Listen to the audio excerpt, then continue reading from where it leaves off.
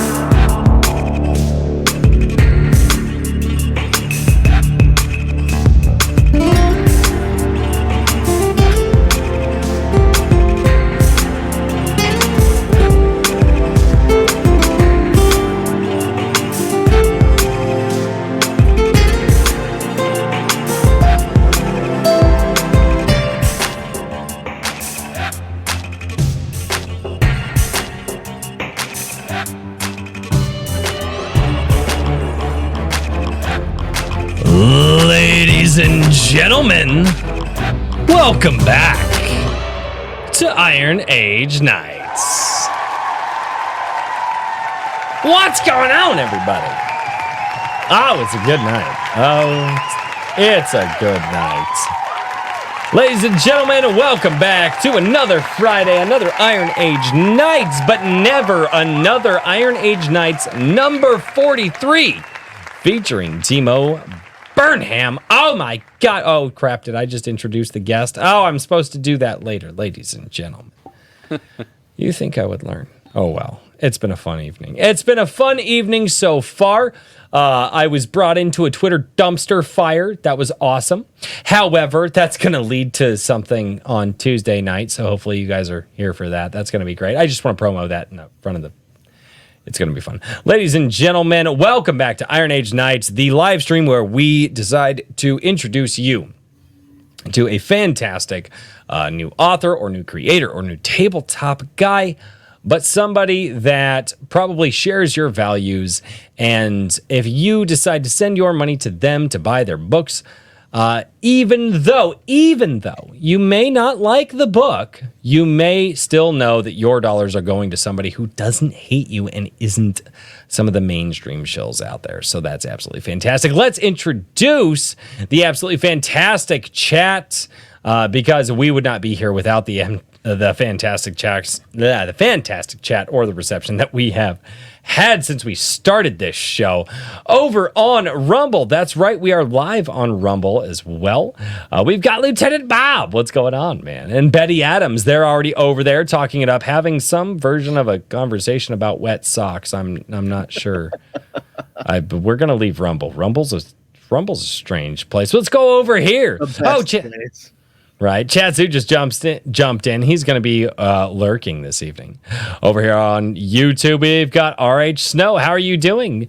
Timo Burnham. Timo, you're double dipping, sir. Always. You're Timo. You're Redoubt Productions. How are you doing? Gino, what's going on? That's Lieutenant Bob, formerly King Bob, but you know he doesn't like it. Heavily Music. How are you doing, man? 10 Cage. What's going on? Matt McCarthy 4, how are you doing, man? TSBOL, what's going on? T Alex Ratcliffe, it's fantastic to see you down in the chat.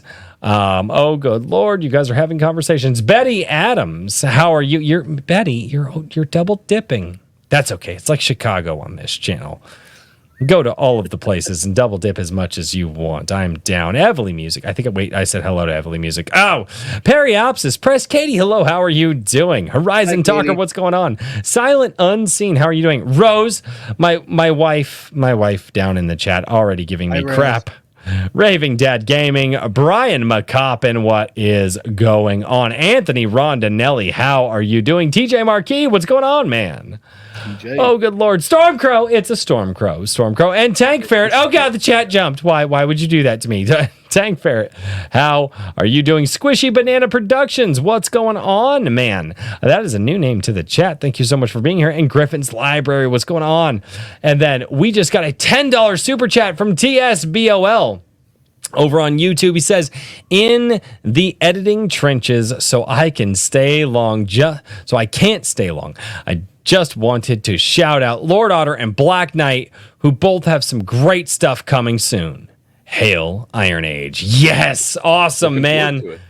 Dude. Yeah, that's such awesome freaking guys, man. I happen to do a tabletop RPG with them set in the Star Shatter universe on some Saturdays a month. We're terrible at scheduling, but if you guys pay close attention to this channel, you can come and hang out with us while we do that, because Black Knight's my DM and Lord Otter is my 15-foot tall Asgardian biker. So that's always a fun time. Ladies and gentlemen, the man who seems to never sleep because he has yet another anvil that he has to pour into the forge. Richard, how are you doing, good sir? Well, actually, it's funny you say that, because I slept quite a bit this week. Oh. Yeah. Wow, so you call me a liar just like straight off the bat. Yeah, right, thanks. Right no, that's great. I appreciate it. That's awesome. Yeah, I slept almost all of Tuesday because I managed to have some kind of summer flu this week. Oh, so I know a bunch of people that are getting something. Yeah, I don't know.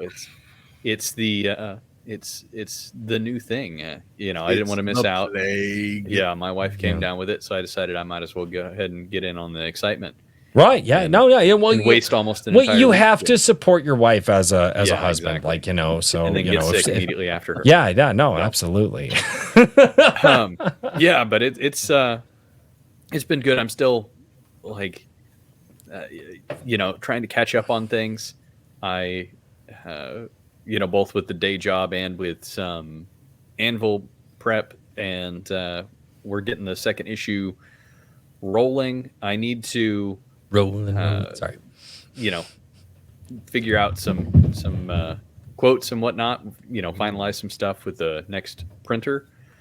And I'm happy to report not the same printer that you had all the problems with. Yeah, no, but the same printer.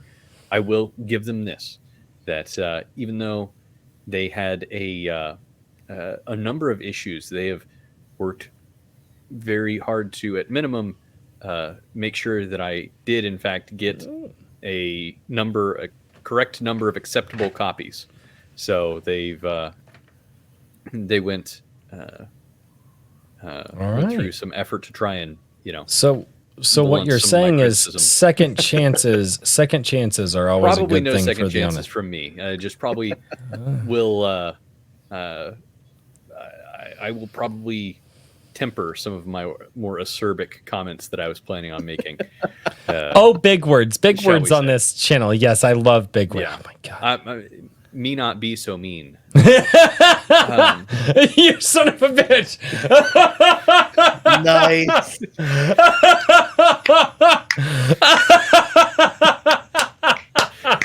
Sorry, man.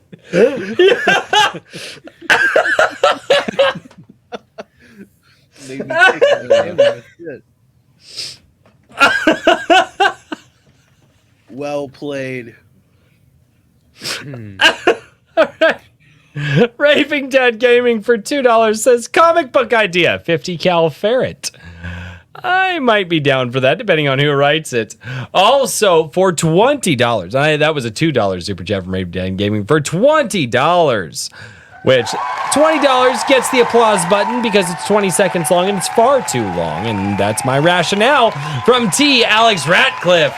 Tater Mash Vodka-like spirits would like to assure you all of the high quality of Timo's latest book. Yesterday was a mistake. Today can be too with Tater Mash. Oh God. Oh no, not vodka. No, vodka's always a mistake.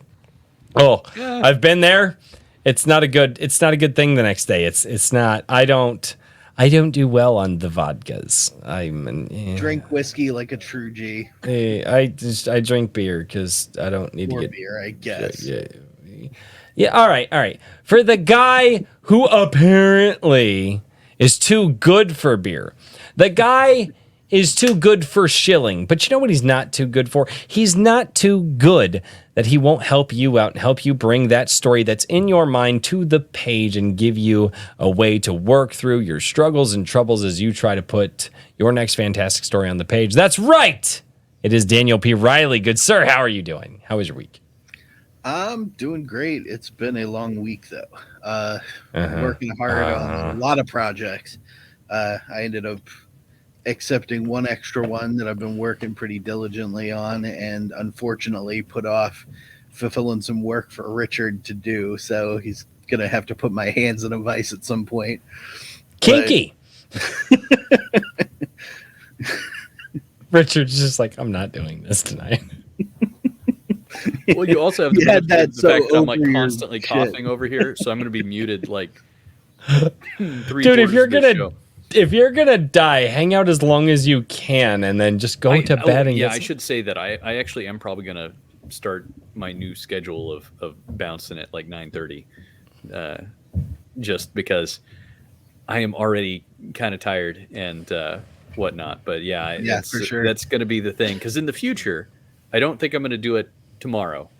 I was planning on starting tomorrow, but in the future, I'm going to be having some early morning meetings on Saturdays to get cracking on a project that I hope everybody will be really excited about in the near future.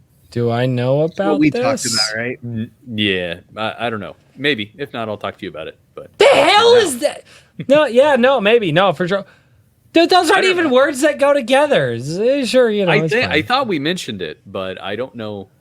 I'm fairly certain you and I did talk about it, but I don't know if you, me, and Royce talked about it. I'm That's already the in problem. another project with Richard. I had 2 meetings with him these last couple Saturdays, and I was welding. I know. Hey, I'm Some busy mofos. I'm just constantly muting you as you're welding. Yes. Yeah, it's funny. Yeah, everybody heard the grinder go off this last weekend, and they're like, "Oh my god!" And I'm like, "My bad." Click. That was great. So, ladies and gentlemen. Oh man. Well, as busy as all of us have been, it is time. It is that time of the week where I turn the show over to our fantastic guest. Ladies and gentlemen, a guy who has been around on the channel for quite a while, a guy who is releasing his own novels, and a guy who I've heard is a fun conversation. Don't let us down. Ladies and gentlemen, we have Timo Burnham. Good sir, how are you doing? I'm good. I'm Good, man.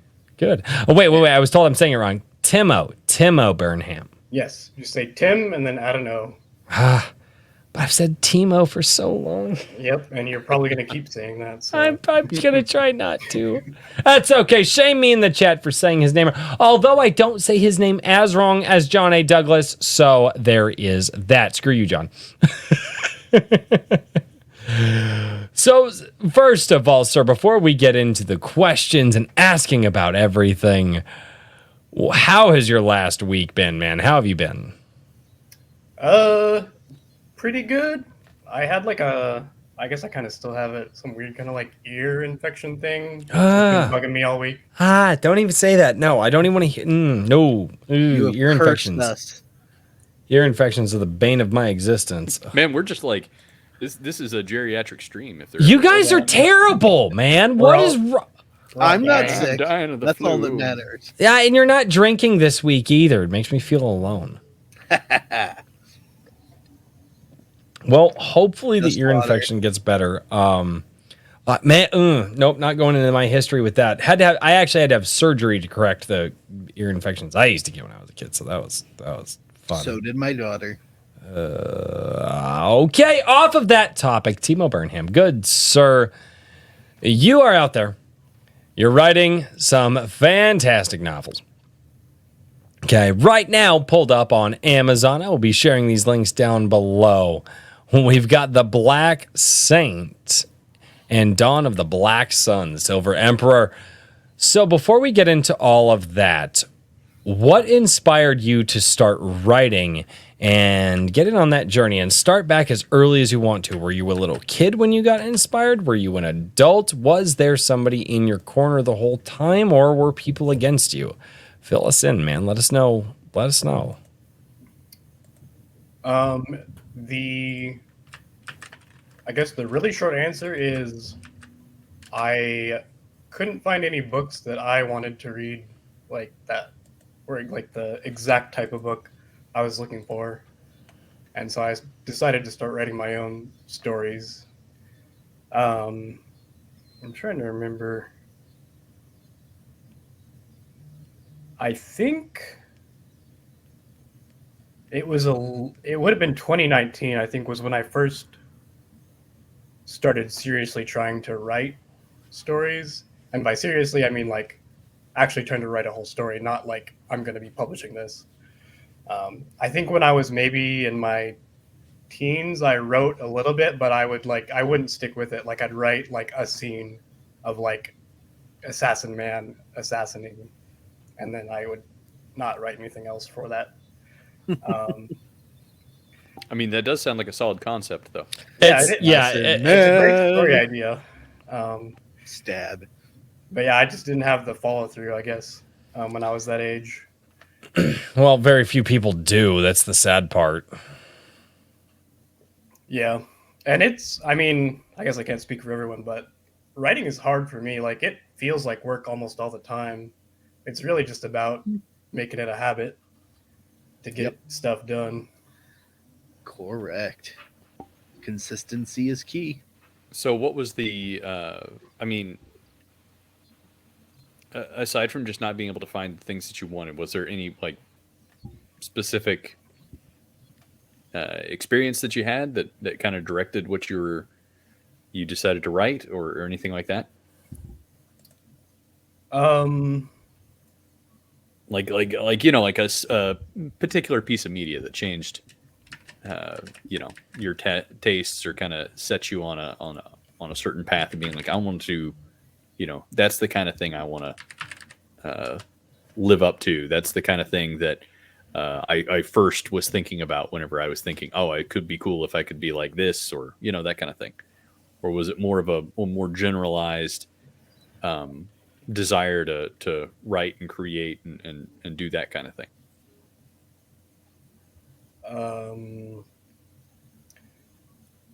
I think it started with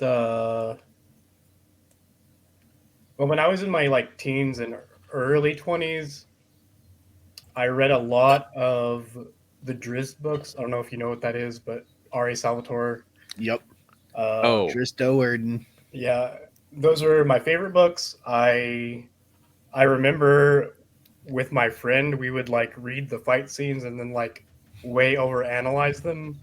Oh, okay. Which is, Yep. I love overanalyzing fight scenes. That's one of my favorite things to do. And I know nothing about fighting, but it's just one of those things that's just like, yeah, let's do it. Yeah, and that's like a weird mix of like nerdiness and like jockiness, I guess. Right. Well, I'm not a jock. I'm definitely not a jock. It's particularly I am kind of a weird mix of like a nerd and a jock. So. Oh, there you go. I hung out with a lot of people like that for sure. So I definitely know that type. But yeah, so I was super into that kind of up until my early 20s, and then I kind of stopped reading for several years. Just life.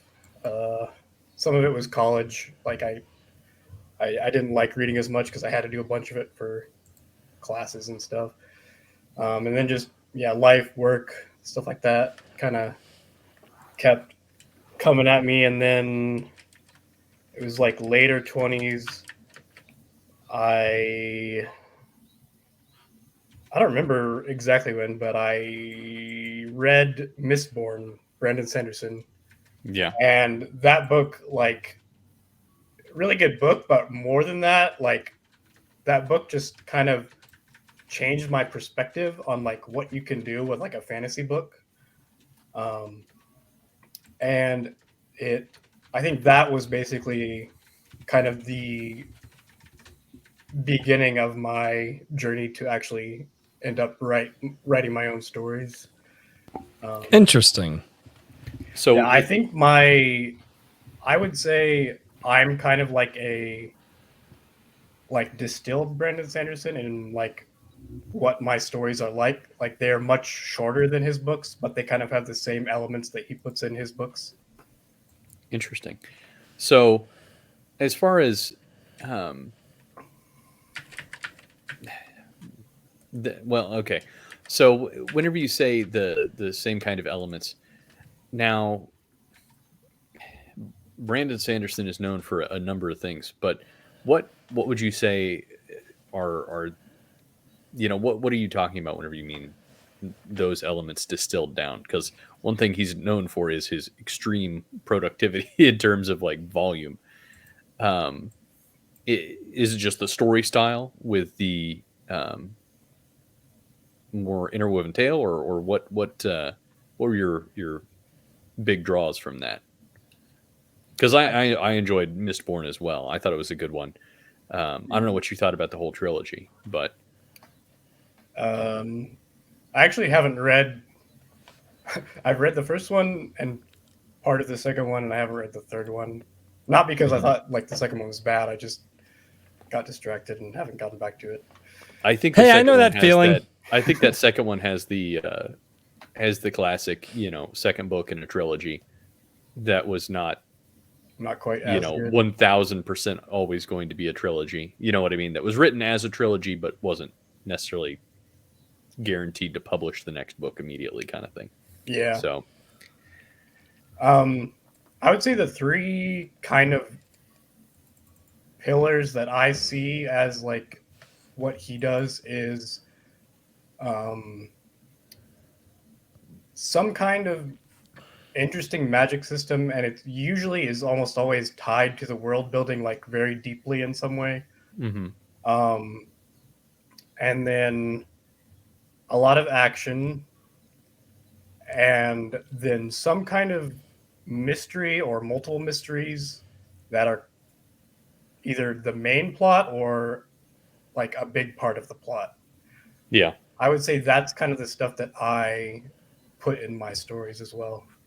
Yeah. Okay. Those are definitely very big factors. So you would tend towards a more, I don't necessarily want to call it like a systematic magic system, but or formulaic, but a very strict rule based kind of system.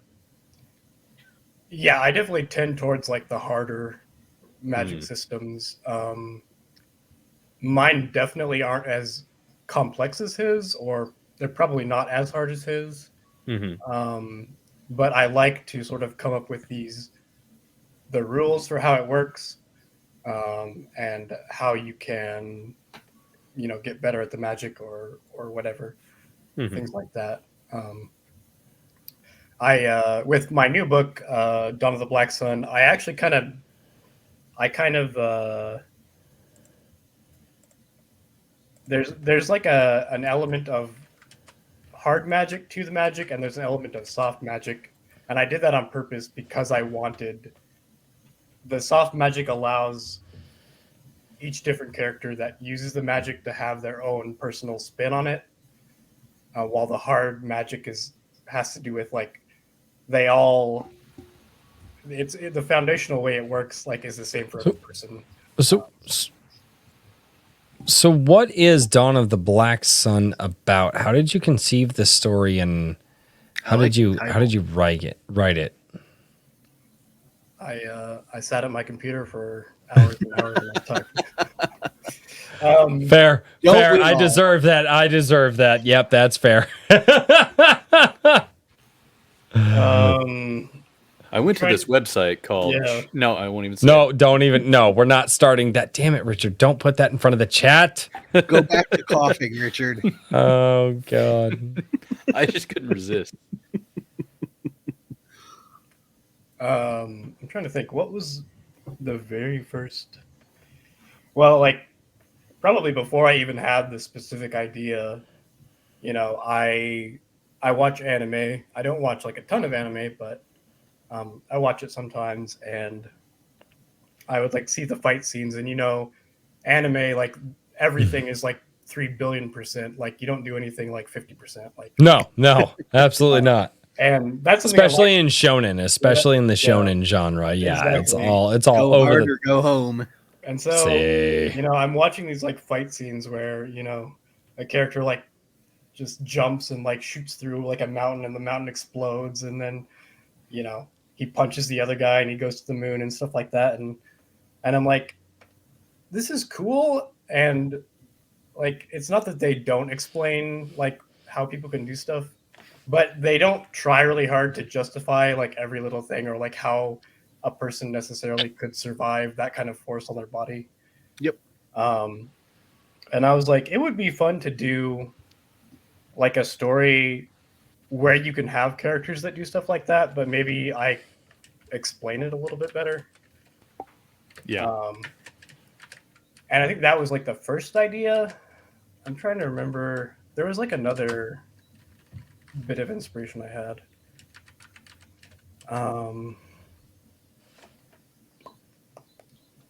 Oh yeah. I don't know if you know who Will White is. He's an indie author, very, very big indie author.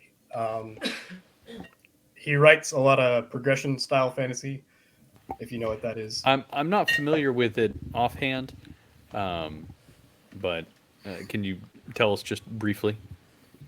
Unless, so Daniel or everybody else knows. Specifically, I'm talking about his Cradle series, which I think is like his biggest series. Like 12 books, I think it is. I think he just finished it.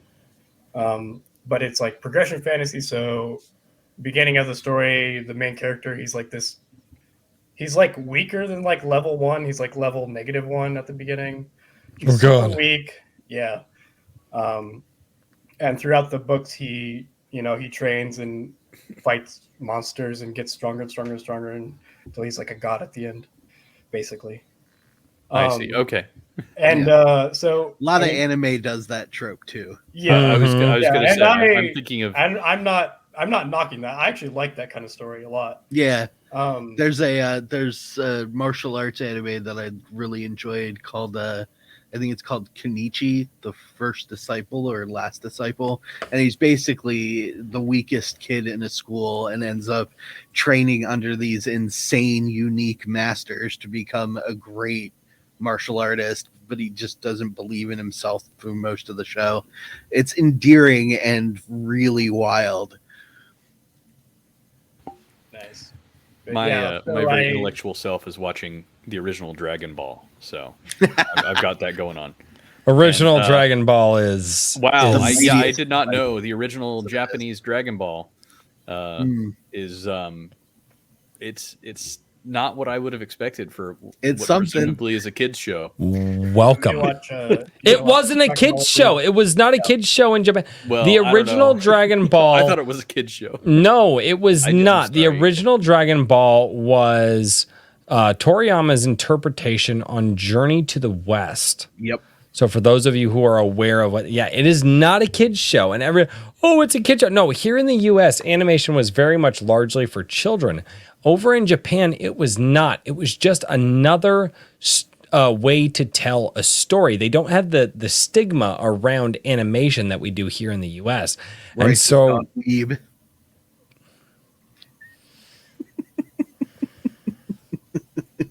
Sorry, man. You got started. I hate you. And it's not a weeb thing. It's just general knowledge. It's not a freaking weeb thing. Okay. Anyway, okay, I'm sorry. Continue. It's impossible with you people. I really want to like test your general knowledge about Dragon Ball, but just right now. OG Dragon Ball, it's dated. I don't remember a lot. Dragon Ball Z and Dragon Ball GT and Dragon Ball Super. I have a trivia question for whenever I get to ask trivia questions about anime. Do I need to post? No. What's the trivia question? Let's put it in the poll. What does the scouter say about his power level? Yeah. No. What is the very first wish made from the Dragon Balls? I believe it was Oolong. Yeah. Okay. Yeah. Whenever I was like, why am I watching this? And I'm like, my fever is like, like 103 degrees, and I'm like delusional. I'm like feverish. I'm like, am I really seeing this? I'm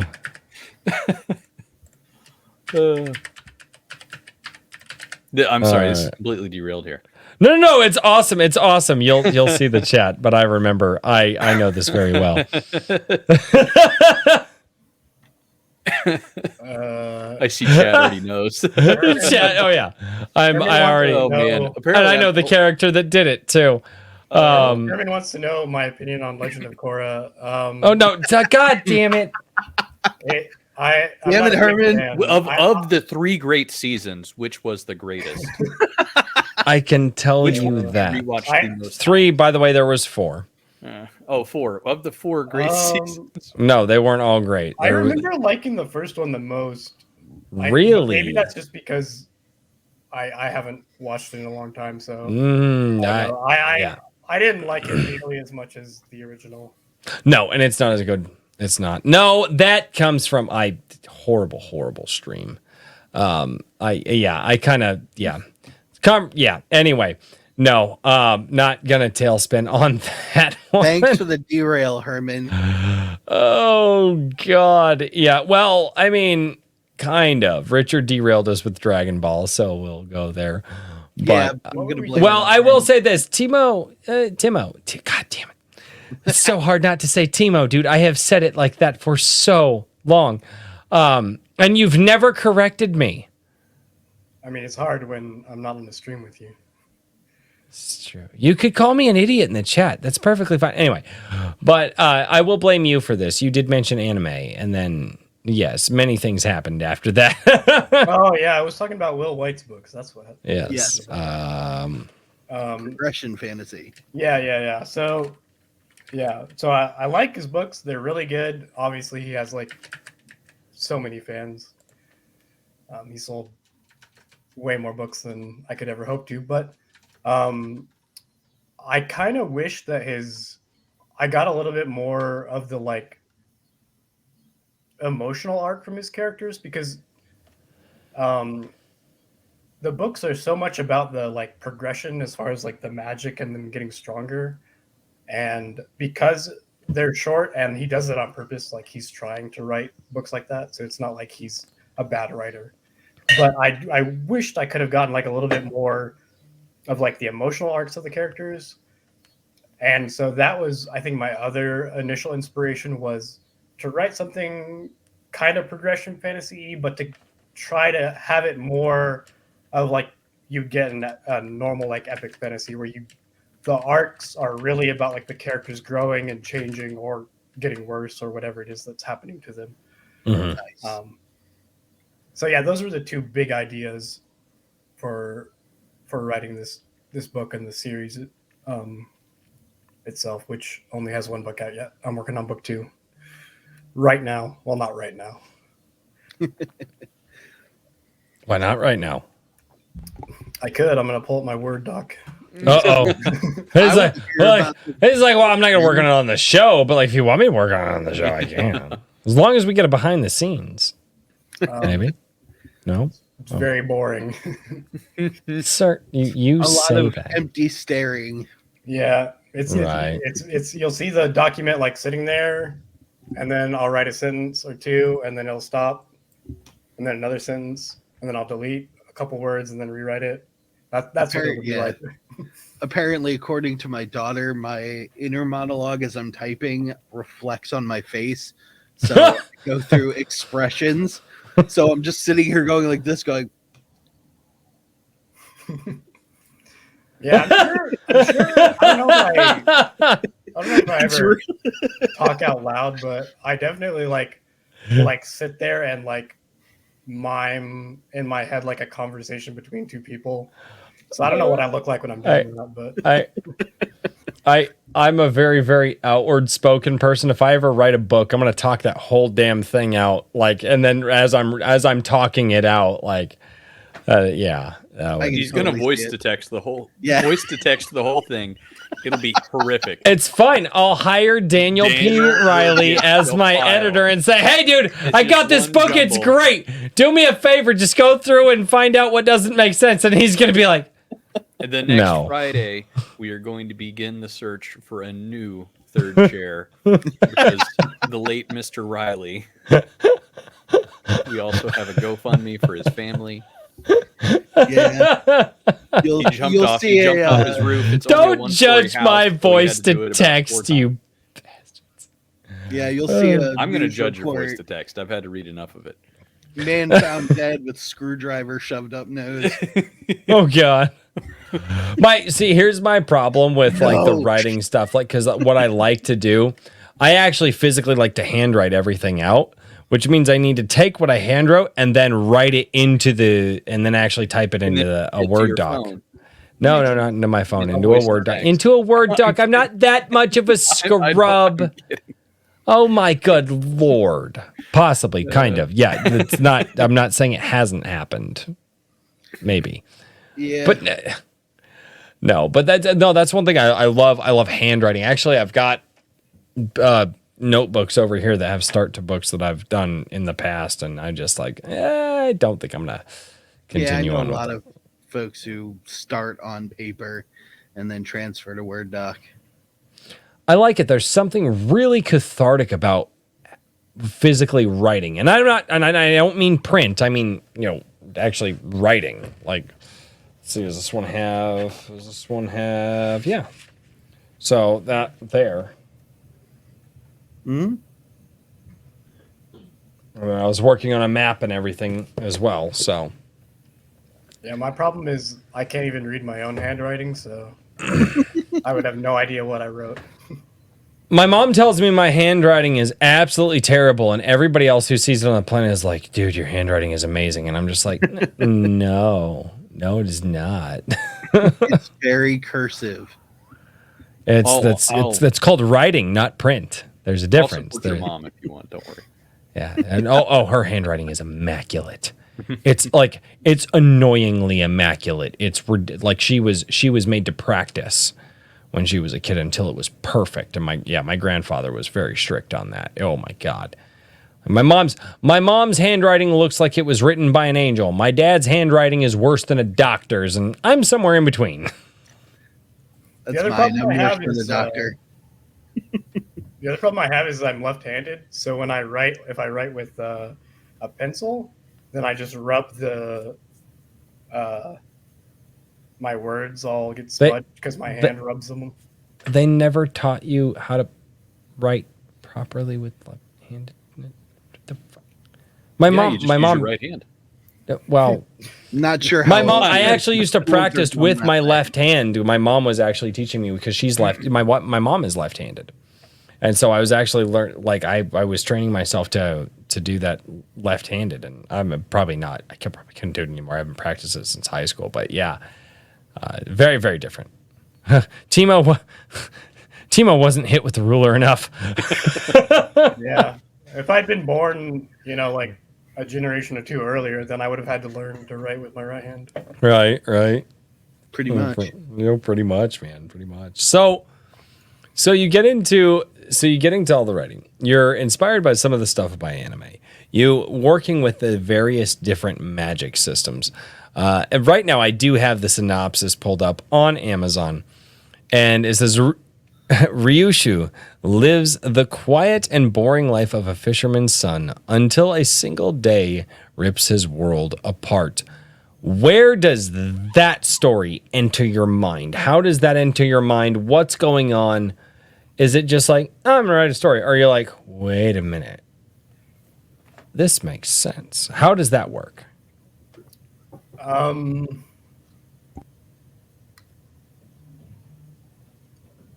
Usually,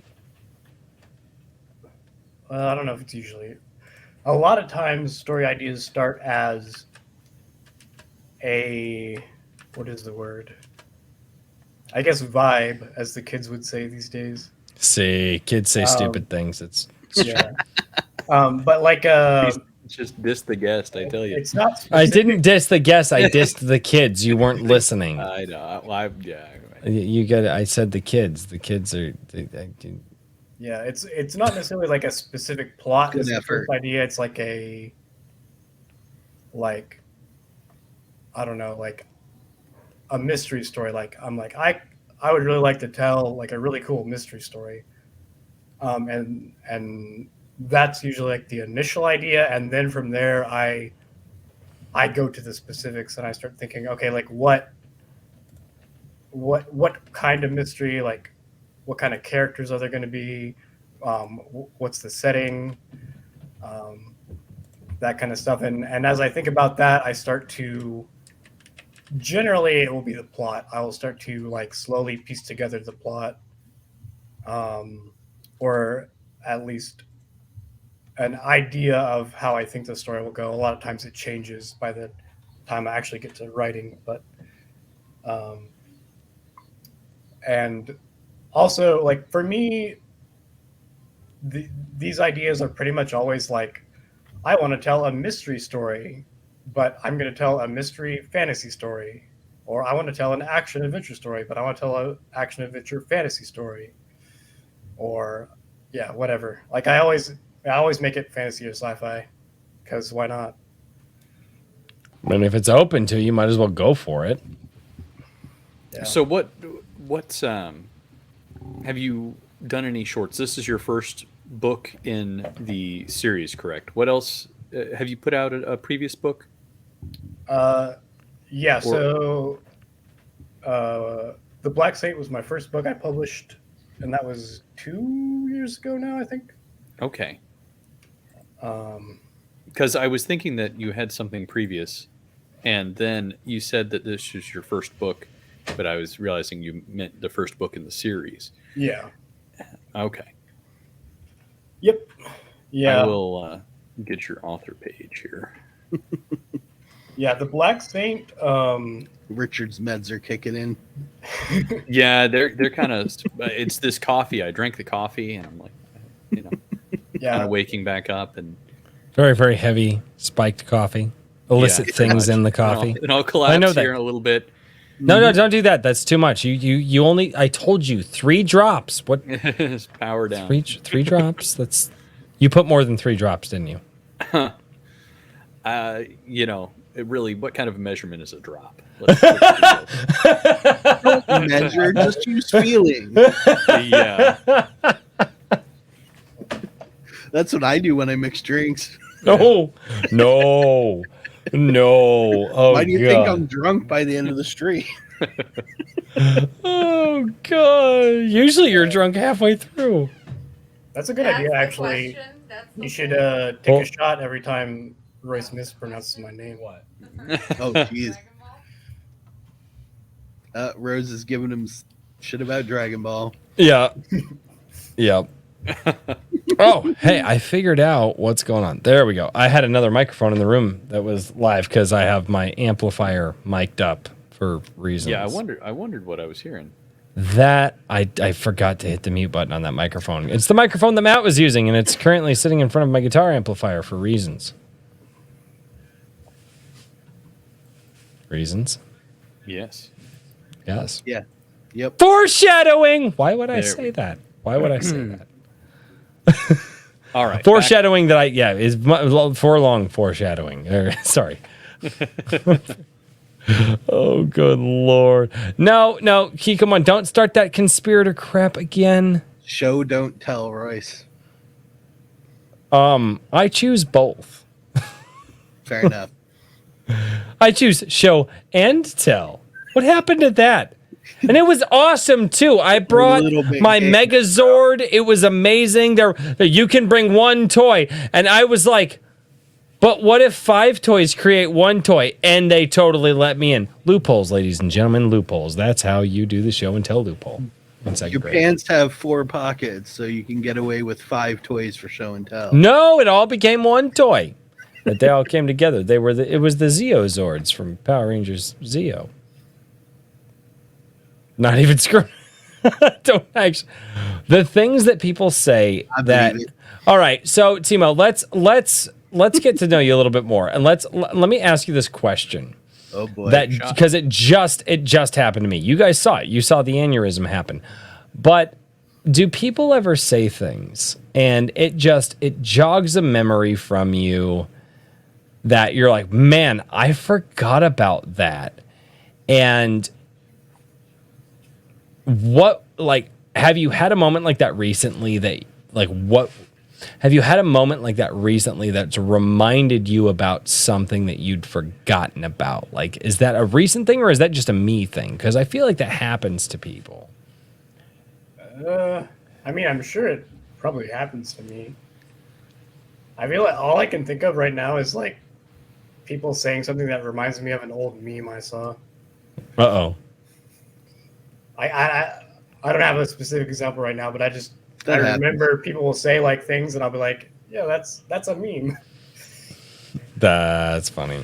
Speaking of, I sometimes put that in my books. I never force it, but I will have meme references occasionally in my books. And if you happen to know the specific meme, you might pick it up. Oh, that's excellent. If not, you will just keep reading. That's especially if you do it subtle enough that it's not so on the nose. Yeah, no, I never try to force like a meme or a joke like that. It's just if it happens to work, then I'll add it in. I think there was a story I had, a short story. I don't think I've ever published it anywhere, but this character like walks into a place and they're looking for someone, and they said, "Hey, have you seen so and so?" And then the guy responds by like, or they say, "Do you know who so and so is?" And the guy says, "Of course I know him. He's me." Which, if you know the Obi-Wan meme. Yeah. Mm-hmm. Yep. No, absolutely. Yeah. As soon as you said that, I was like, oh yeah. Well, and there's so many fantastic phrases and lines and things that we can draw from our culture that's been built, and things that we can put into books and remind people of some of the fantastic stories while still telling our own story. And I feel like that would be something really hard to navigate personally. How do you navigate that? Navigate what exactly? How do you navigate taking the previous culture that we've experienced through like memes and things like that, right? Because you're saying that you'll have references to memes, you'll have references to stuff like that. And it could be hard to keep people engaged in the story while also reminding them of like the meme or something. How do you navigate that to make sure that it doesn't take them out, but it's just a friendly reminder to them that, you know, there were things that came before? How do you navigate that? Because I could see how some other people could very easily be too on the nose about it and take people right out of the story. That's a good point. I basically always err on the side of them missing it rather than it standing out too much. So I think a lot of the references that I put in, when I ask people about it, they say, "Oh, I didn't realize you were referencing a meme there," which I would prefer over them being like, "Oh, I see the joke you made here," because I would rather they stay in the story and experience the story rather than notice a meme if I had to pick one or the other. Okay, that makes a lot of sense. It's more like an Easter egg. Yeah. Well, but some people don't do Easter eggs well. No. And it's if you're like, oh hey, my look at God. it. Mm-hmm. My wife is throwing things. I'm not sure what's going on right now. Yay! Yeah, it's I should like that Facebook post, Royce. What the hell are you talking about? No, I'm kidding. I was like, what? Oh, first of all, Facebook. Second of all, what? I don't know. I just had an aneurysm. The look on his face is priceless. Okay, I'm gonna go help my wife real quick. Fun with Royce tonight. I'm sorry. Sir, phrasing. Good God, no. We're not. Yeah, that's no. It's phrasing. There was like that one Stop it. moment of what the hell is he talking about Facebook? There was the other moment of did I miss something? They just like Well, because I'm like, on his face. It was awesome. I don't do anything. I don't know. I'll be right back. I'm gonna go help my wife with things because I did ask my wife to help me out with some things, and she's working on stuff. And so I will be right back. So yes, wow, just like that. Wow, just bye, Felicia. Did you just buy Felicia me? Wow. He's feeling peppy without the booze in him tonight. So I think we were talking about Easter eggs. Yes, but I want to hear about the story next. Yeah, I was going to say there's 2 books, and although we've heard a little bit about, is it Dawn of the Black Sun? I swear somebody put Dawn of the Black Sun. Somebody put Rise of the Black Sun, and I was like, I've got that mixed in my brain. That's the next one, followed by Fall of the Black Sun and Sideways Shift of the Black Sun. We'll just keep going and then Eclipse of the Black Sun. Love the Black Sun. We'll just keep going in directions until it's over. That if people want it, you might as well give it to them. So let's see here. The Black Saint, though, was your first novel that you did. Would you mind telling us a little bit about that? Is this I was going to say this also, based on the cover, looks a little bit more of a fantasy, or also looks somewhat fantasy. Is that a fair assessment? Or yeah. So they're both fantasy. I think the fast pitch for Black Saint is if you've seen Daredevil, the Netflix show, it's basically like Daredevil season 1 set in a fantasy city. Interesting. Yeah. The Daredevil show was a big inspiration for that book. I like the idea in the sense of the main character being it says since those, let's see here, Sixth Sense. So I mean, it was kind of the abilities of the main character the primary inspiration in that case. I don't think him actually having like a superpower was the main inspiration. I think the inspiration was really like telling this like low, like street level vigilante origin story was the big inspiration that I got from Daredevil season 1. Yeah. And what I was really interested in was telling that story, but setting it in a fantasy setting rather than in like real world city. Yeah. And then later on, at some point, I ended up giving him an ability. But initially, I think he didn't have any like special powers. I gotcha. And within that world, is it fantasy in the sense? Is it like a low fantasy, high fantasy? Tell us a little bit about that. In terms of like magic use, is it like everybody's popping out their wands to do everything? I guess you would call it a low fantasy. In that setting, people have.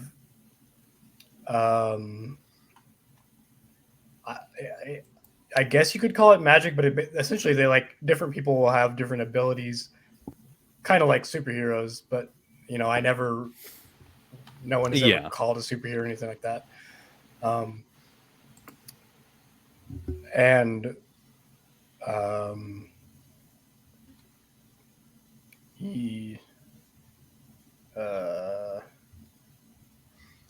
What was the question? I forgot.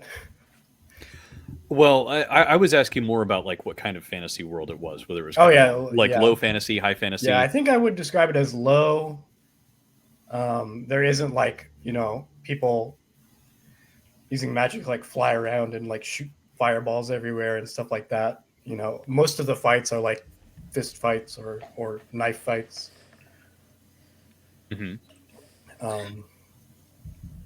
Dawn of the Black Sun seems to have somewhat of an Eastern feel to it. Is Black Saint like in the same kind of world system, or is it a totally separate fantasy world? Yeah, it's a different one. Um, Dawn of the Black Sun world, it's very Eastern inspired. Um, Black Saint is it's mostly kind of like a Western like medieval setting, but there's a little bit of like Eastern elements mixed in as well. So Interesting. um, Yeah, because I'd say the cover for both of these I think are Very Eastern very good. inspired. Yeah, well, the first one, or not the first one, the newer book, The Dawn of the newer Black one. Sun, the first in your series.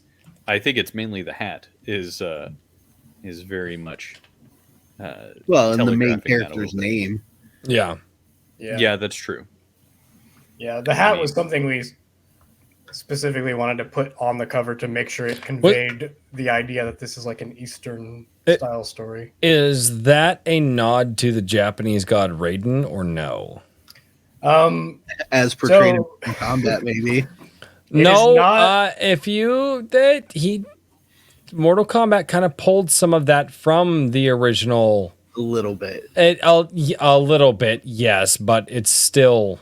But I have to ask because it reminds me of it. But anyway, Timo, sorry, Yeah. Timo, damn it, it's so hard to say. It wasn't on purpose, but after it was pointed out to me, I was like, yes, that makes total sense that people think that, this character is based off Raiden. Because, yeah, you got the hat and the glowing lightning eyes and lightning power. Well, I mean, yeah. it is just an iconic, at least modern day interpretation of the, more modern definitely. interpretation of the character. I'm happy for if people have something that like is instantly recognizable about it, because it means they'll remember it. Yeah. Oh, absolutely. Is the magic system then sort of martial arts weaved with elemental magic, or is it like a totally different system? Yeah. The way that there's kind of two magic systems in the book, but the main one that I focus on, yeah, it's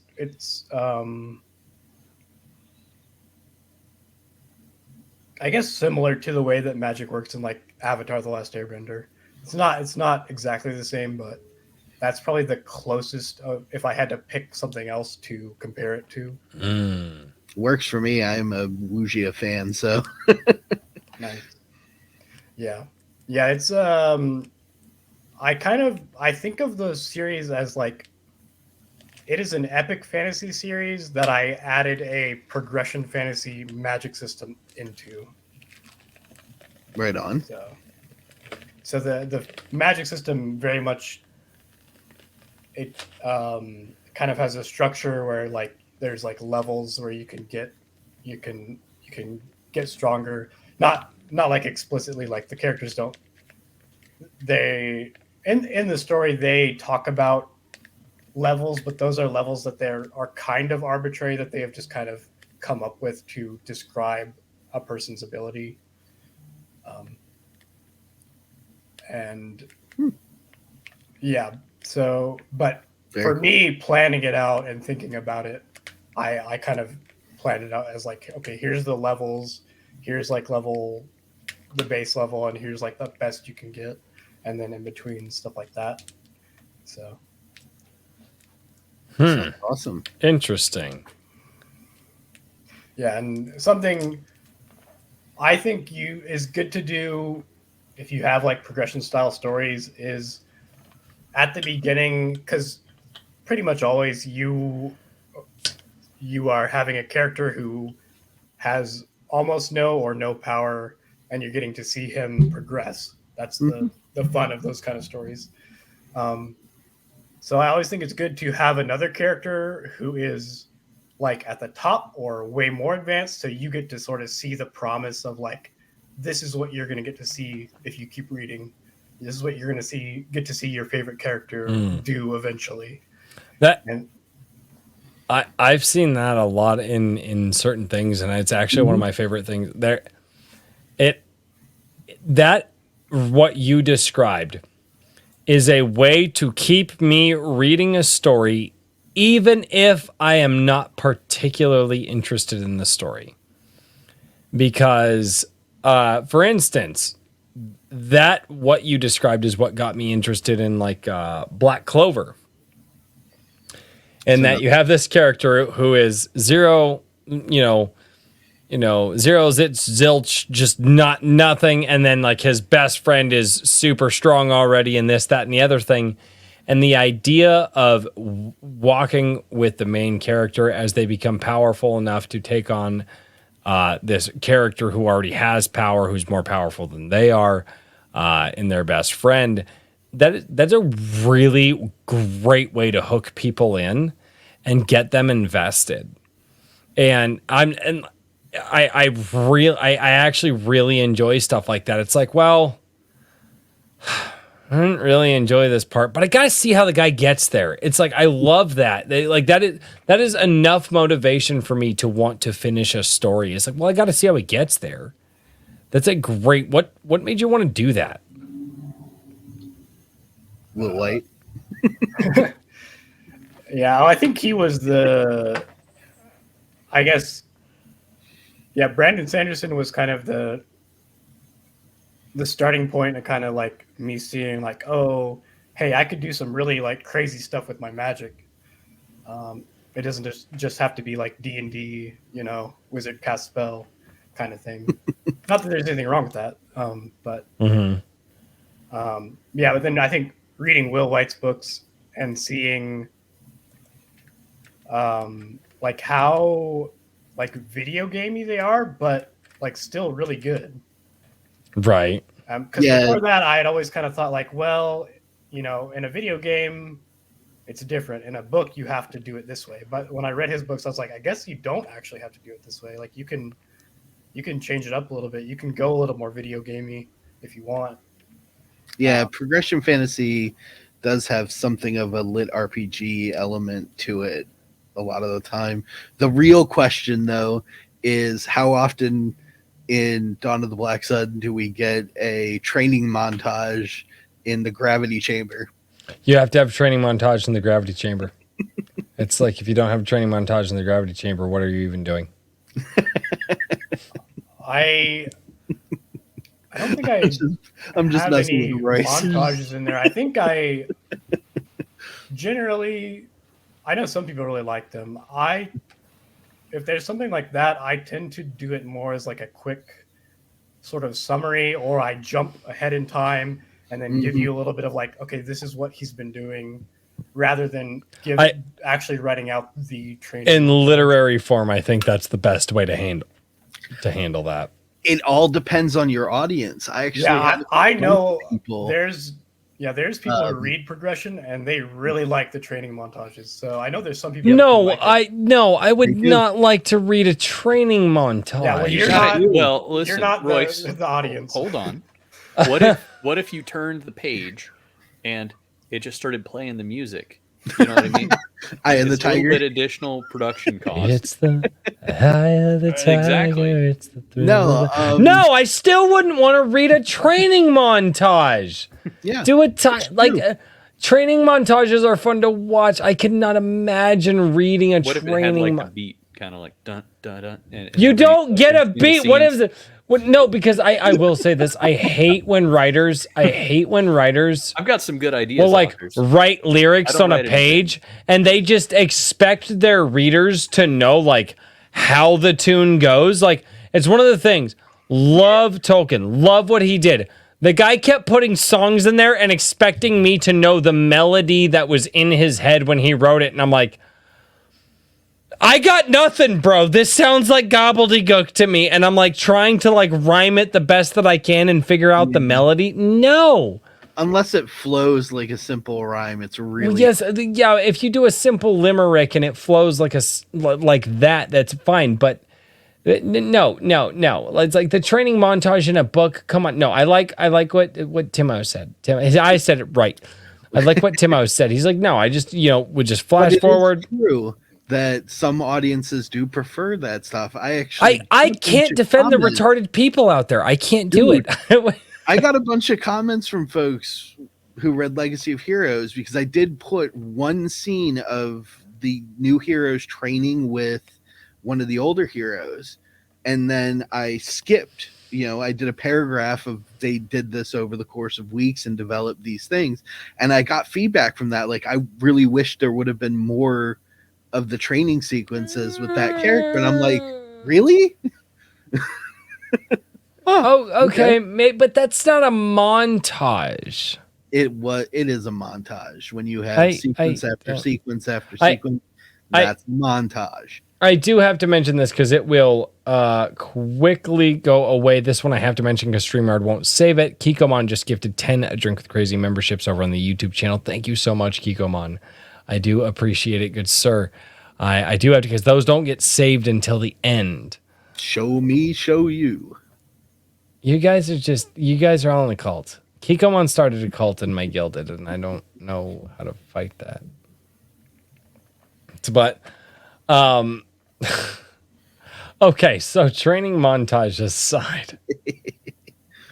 Timo, I'm sorry. I feel like we cut you off. I don't remember what I was saying, but I will say I am kind of the opposite of Tolkien. I cut out pretty much everything that is not super important to the plot. Right. So my stories are very, very fast paced, and there's no scenes that don't really, really move the story forward. And this is not me knocking people who write that way. Like that's another way to write. There's people who like that kind of story, but that's definitely not the way that I write. Right. So people who like stories that, get right to the point, get right to the action, don't mess around, they will probably like my style of storytelling. See, and that's a way to sell a book, good sir. If you like action, you want to get down. You want to get down right now.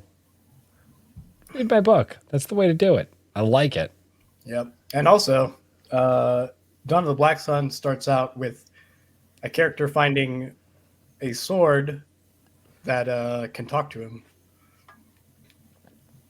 Oh, that's interesting. That is interesting. Or is it a sword? You'll have to read and find out. See, I like what you did there. That's a proper shill, good sir. And I love that. You'll have to read and find out. Sir, what will we have to read and find out? The book. What Dawn book? Of the Black Sun. Dawn of the Black. Hey, like that link that I just shared down in the chats down there. It's awesome. And it's also, the Amazon links are also in the description of this live stream. Yeah. Also, I will say this before I forget. I set myself a goal, and this goal was mainly just so that I would make myself show my books more, which was to get 20 Amazon reviews before the end of August. I am at 18 right now, so if two people want to go leave a review at some point in the next couple weeks, I will hit my goal. That's awesome. And I mean, to get 18 reviews for, especially, for a new book, for a new author, that's pretty good, man. It means people, especially when it comes to reviews. Reviews are so much different than just Twitter. Mm-hmm. You actually have to put effort into putting a review out there. And the fact that it's a new book, you're a very unknown author, and you got 18 reviews already, and you just came out at the tail end of June, that's a very good thing. Because that means that at least, about 4.5, it adds up to like 4.5 people a week have pretty much gone and reviewed your stuff and said, hey, I really like this. This is good. Especially because you have 4.7 out of 5 stars. And that's not something to freaking sneeze at all. Definitely. Yeah. A tip I will give about reviews for like new authors is at the end of your book, right after whatever the end of the story is, write I think it's usually called like a call to action, but essentially write something there where you specifically ask people to leave reviews of your book. And that's what I did on this new book. I didn't do that on my first book. But I have a little section. I thank the reader. I I can't remember what I write. Something I tell them like how important the readers are, which I'm not just like trying to get them to review. That's like honestly, I write my honest feelings about how important readers are and everything, and then at the end of that I say, please leave a review if an honest review of the book, and I think that helps a lot.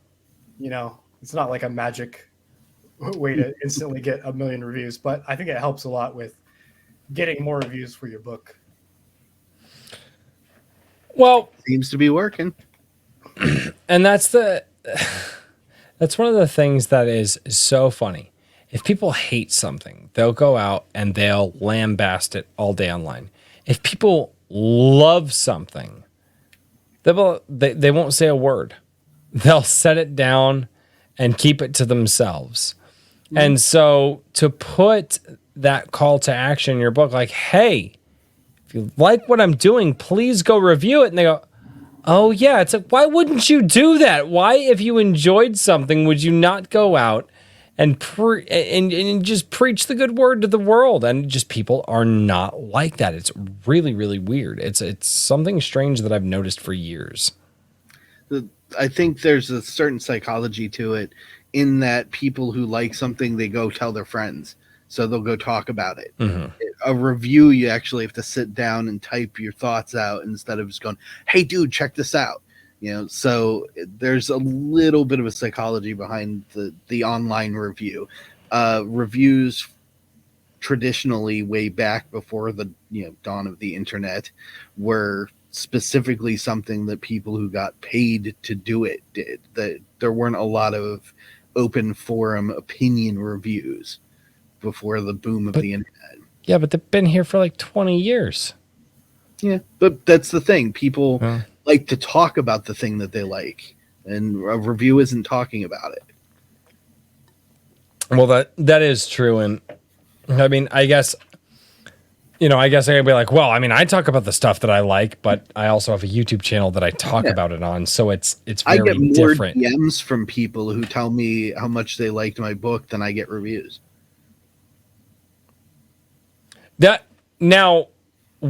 Okay, I actually do have to ask this question. When you do get those DMs, do you say, hey, it would mean a lot to me if you would leave a review? Do you throw that out there or not? Yeah, it comes up in conversation. I'm not like, hey, since you liked it, write a review. But if it comes up in conversation, sure. Hey. That's interesting. But I think, 2 more reviews, 2 more ratings on Amazon by the end of August. So if 2 of you buy Timo's book today, it will come most likely within the next week. You guys can read it. You guys can review it. Dawn of the Black Sun. And check it out and see what you guys think for yourselves. And if you have read it, leave a review. Yes. Or you can get the ebook if you don't want the physical. The ebook's only 99 cents. So I made it as cheap as I could. There you go. I will say this. I am the type of person. Guys, I know $7.99 is definitely more than 99 cents. Although Timo may not do this, I will do this. I strongly urge the purchase of the physical copy. They are doing things digitally, and especially indie authors who don't necessarily have the ability to protect their works or monitor their works, all the time. I strongly suggest, please support the author with the paperback.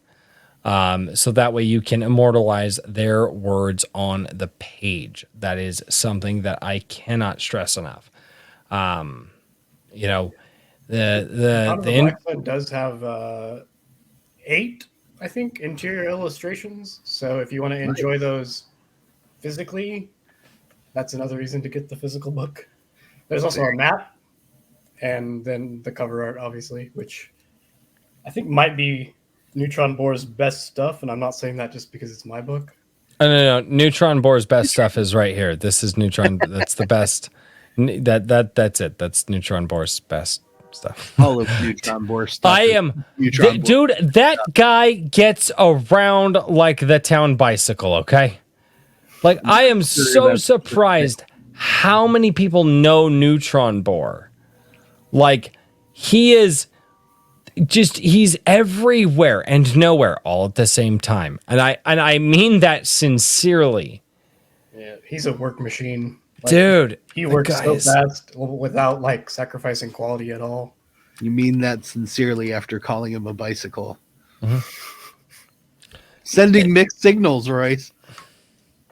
It's a drink with crazy. What else would I send?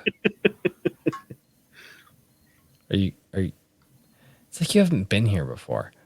No, it's one of those things. It's like it's so interesting how many people know Neutron Bohr, how many people have worked with him, how many people, and maybe, I don't know, maybe I'm just new to this world, but I'm just like, I was first introduced to him through Black Knight. And then other people are like, oh yeah, I've hired him. And I'll be like, oh yeah, I know Neutron Bohr. And then it just keeps growing. And I'm like, how many people do you know? And like, that speaks to Neutron Bohr's work for sure. Yeah. Yeah. I'm really happy to see him getting all this work. I've been friends with him for a while now, and like he's obviously extremely skilled.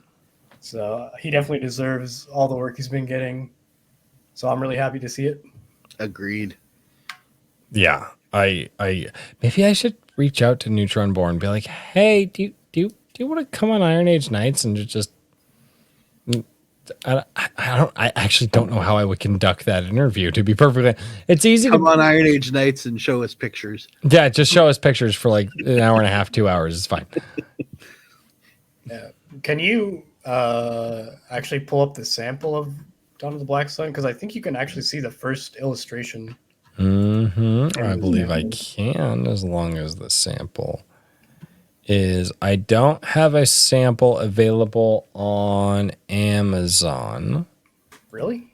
I can do the look inside the book. Let's see, is the illustration there? The mapping illustrations? There's the map, and then the first illustration is like page 3 or 4, I think.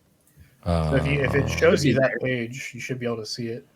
I have 2 illustrations here that look like maps. Yeah, so the map is at the beginning. It's 2 halves of the map. Yes, I do have both of those illustrations. And I can pull those up right now. If you scroll down in the prologue a couple pages, you should be able to see the first interior art piece. All right, there it is. With the sun and the sword. Yep, okay. Yes, I have it right here. Awesome. Yeah, there it is. Yep. That looks absolutely incredible. That's Neutron Bohr's work? Yeah, so he did all the interior pieces as well. That's so good. Yeah, oh my God. Yeah. That is serene. If I had to describe that picture in an emotion, I would say it's serene. It's a calming. I don't know. That's really, really cool. God, even in black and white, that's so freaking cool. Yeah. Yeah, and I have to shout him out more. Just, you guys see the finished product. You guys don't see how much work he had to do to get all these pieces of art to their finished versions, and how much like adjusting we had to do throughout the process. So he did a lot of work on this book. That's insane. Good man. So I work with. I'm surprised we're still friends after all the. One to the same thing sometimes. I work with a lot of the artists, and the conversations we have, I wonder sometimes when they're like, "I'm done with you. Stop talking." Actually, so I do remember the first version of this piece of art. I gave him a sword reference. And I didn't communicate clearly that like there's only certain parts of the sword that I was trying to get him to draw, and he thought I wanted the whole sword to look just like it. So he drew out the whole piece with the sword. Oh God! Showed it to me, and I was like, "Oh man!" And I had to tell him we got to redo like the whole thing pretty much. Oh no! So he was a little annoyed about that, but we eventually got it figured out. Yep. Oh no! Be as clear as you possibly can.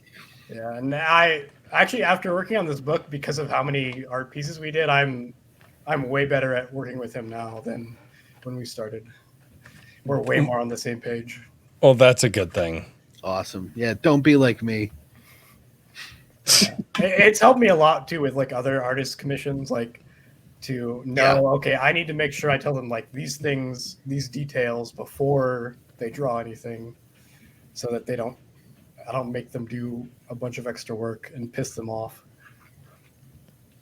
Unless you're willing to throw caution to the wind, like I am. Be clear. Literally, that Cheese That I poster that I did for the book signing with an artist named Kenny David. I literally said to him, pick a scene in the book. Here's a copy of it. Pick a scene in the book and just draw it for me, and let's see what you come up with. And that's all I said. And then I walked away from it after paying him and let him do it. Yeah, weeks later, he just sends me the sketch of that picture, and I'm like, I'm going to keep working with this dude forever because this is awesome. It's amazing. But don't be like me. Don't be like... I made the right decision, ladies and gentlemen. Don't be like me. Make all the wrong decisions. Hey, man, it was a total crapshoot. I could have gotten back a bunch of stick figures and crayon. Who knows? That would have been my art. Now I need to do stick figure art of. That's what I need to do. I need to do a stick figure flash animation of Iron Age Knights. There we go. That would be great. Royce's project after he's finished with the smoker completely. No, I actually already signed up for another project. Richard knows. He drafted me. Foreshadowing. Right. Yeah, foreshadowing. Why would I say that? Totally not intentional. No, not intentional at all. That's another shirt that I need to make. Foreshadowing. Why would I say that? She's like, what the fuck? So many things I need to put on a t-shirt. Well, I will say this. So, Timo, goddamn, it's so hard. You've let me say it. Wrong. You could have called me out in the chat at any time and you didn't. You're just like, nope, I'm going to wait until I'm on Iron Age Days. So, Timo, so I will say this. So for this evening, I have a lot that I have to get prepped for tomorrow for the smoker and whatnot. And there are some super chats that have absolutely rolled in. Yes. And I would very, very much like to get to the super chats a little early this evening, a little earlier than normal.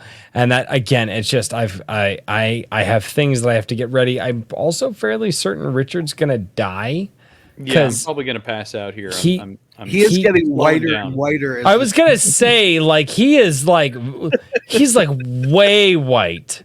Like, he is. Yeah, I know. I don't know what's. I don't know. If if white is bad on the planet, like that's bad. Like that's not eating eating for a couple days, that kind of thing. Well, yeah. So Timo, start seeing his hair turning white when we know there's a problem. It's okay. If he starts foaming at the mouth, ladies and gentlemen, it's fine. It's fine. It's Iron Age. I start glowing blue. Just cut the feet.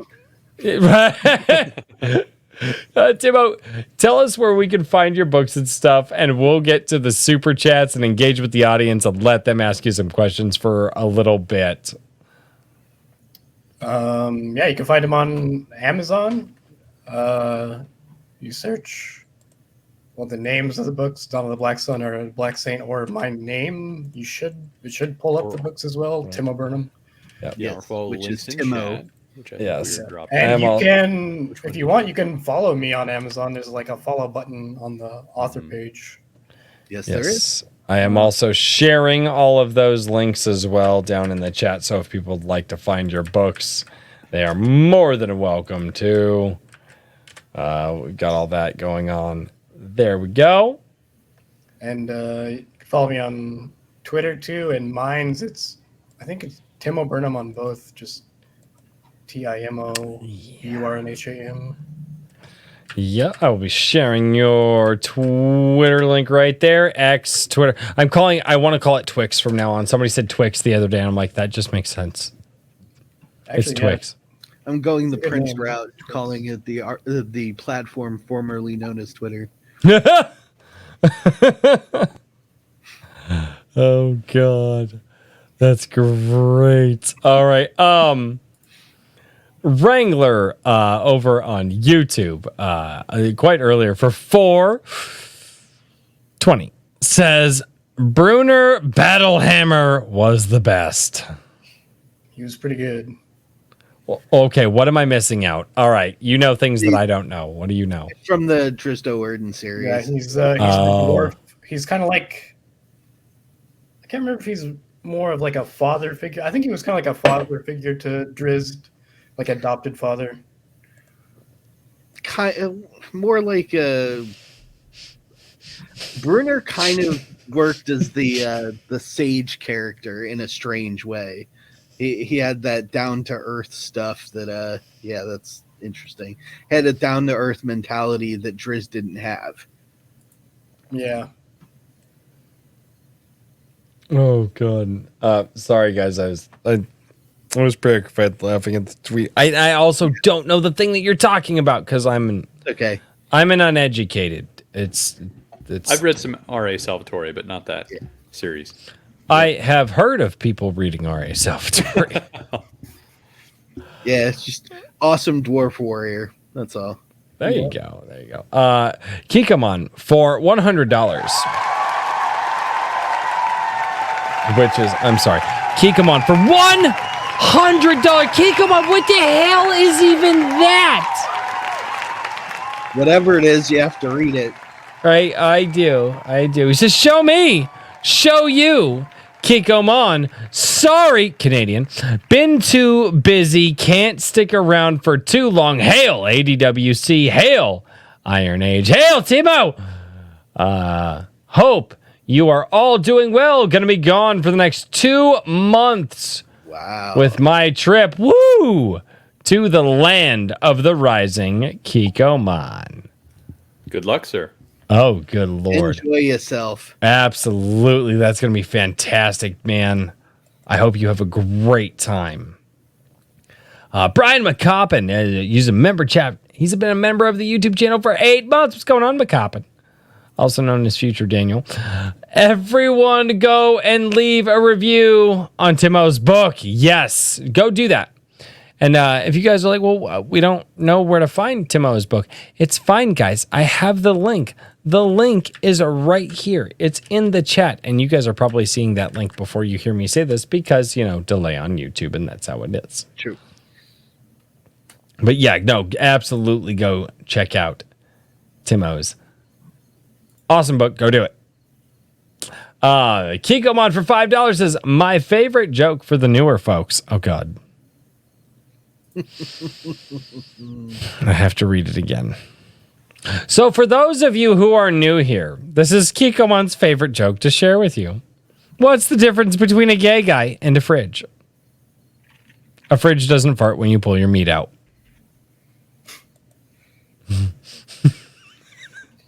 I can't not every time. I try so hard.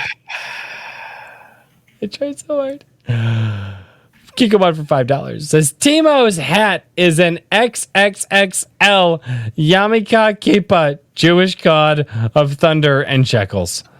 What the fuck?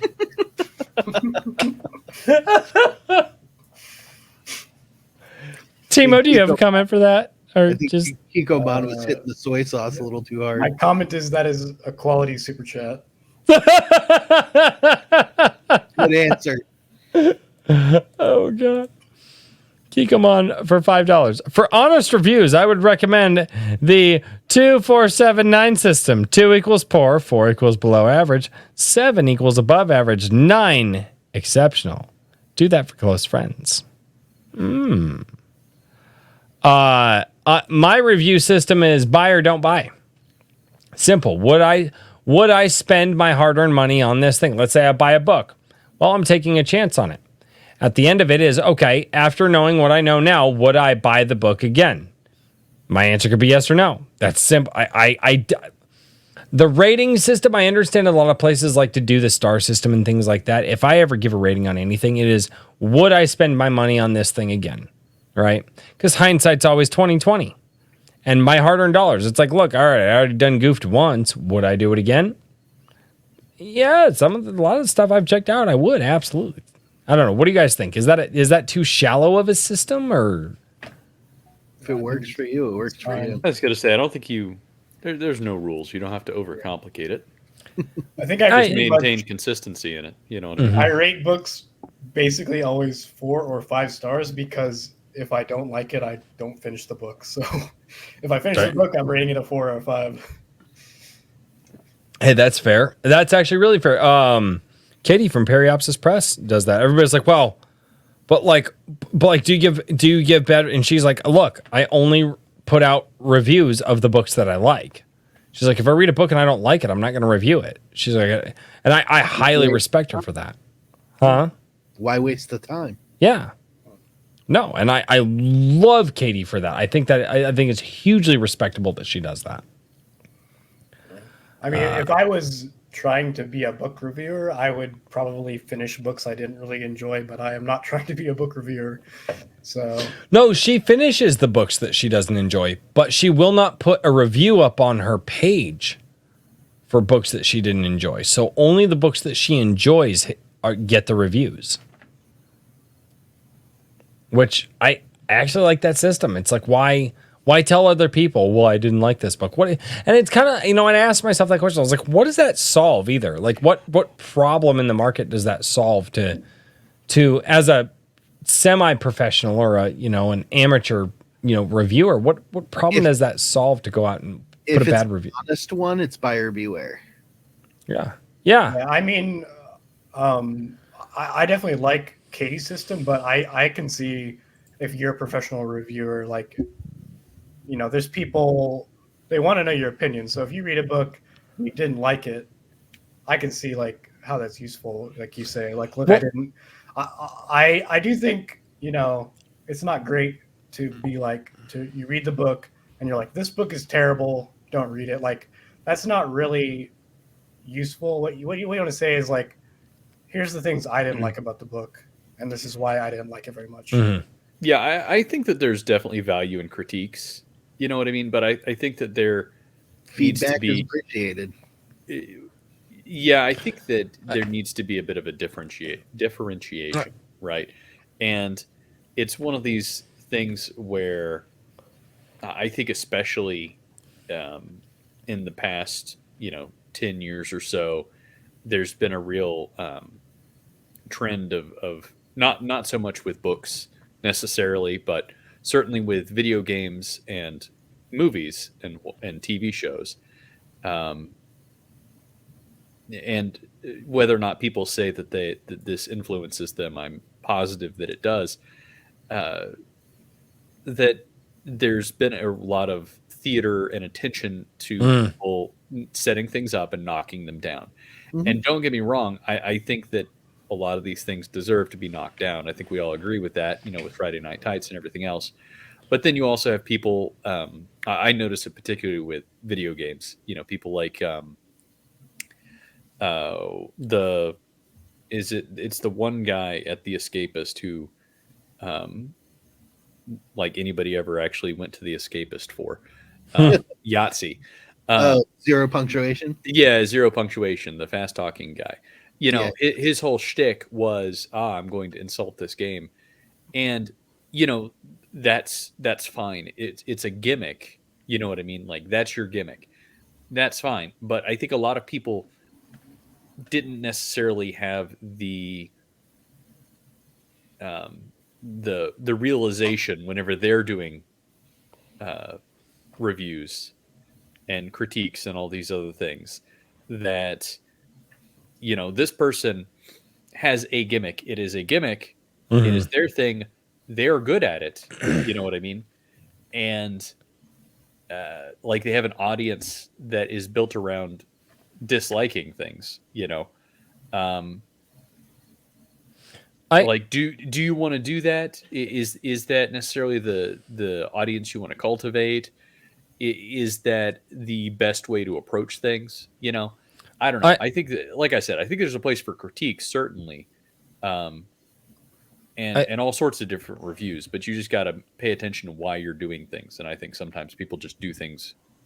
That's why I said an earnest reflexive imitation. The thing that I have done with just a couple of the reviews that I've done on the channel and things that I've really thought about and how I would do reviews, because I have people reaching out to me and wanting to send me review copies of their books and their comics and stuff like that. And I realize, and some people, it's just like, hey, we want to say thank you, for hosting us on your show. Like, here's a book, and I'm like, and I had this rule that was like, well, if somebody gave me a copy of something, I wasn't going to review. But if somebody's like, hey, as a thank you for shouting us out or retweeting us or whatever, we'd like to send this to you as a review copy, I'm like, okay. And I look at it this way. I'm a fairly positive person. And I believe in highlighting the positives of whatever I'm reading that I like. However, I will not shy away from the things that I don't like. I will lean on more of the positives, but I will make sure. And if you guys have ever seen me, like if you guys saw my most recent review of ISOM 2, I said that for the most part, ISOM number 2, I really enjoyed. Had some dialogue issues, right? Definitely had some dialogue issues, but it was a vast improvement over the first book. And that's just the most recent one that I've done that comes to mind. But that's really where I am as a reviewer. If I genuinely didn't like something and just could not get through it, I don't think that I would review it, because I don't think that adds to the larger conversation. I might reach out to the author privately if it was something that was sent to me, or it was something that, like, I know that author is on my channel, and I might talk with them privately about it. But to put it out there in a public review, just to bash on, or to do a review that would be so heavy-handed, it would almost come across as bashing on someone, I don't feel that that's professional. I would much rather reach out to them in private and say, okay, I will not review this publicly because I have very strong feelings about this. And here are the strong feelings that I have about what you wrote. And here's what I think that you could fix. And for me, I'm like, if it's like a 60% positive for me, then that's a good thing. I can point out the 60% positive, and I can also point out the 40% negative. And I feel like that's a good thing. If it's a 60% negative, I don't think that I would review it publicly.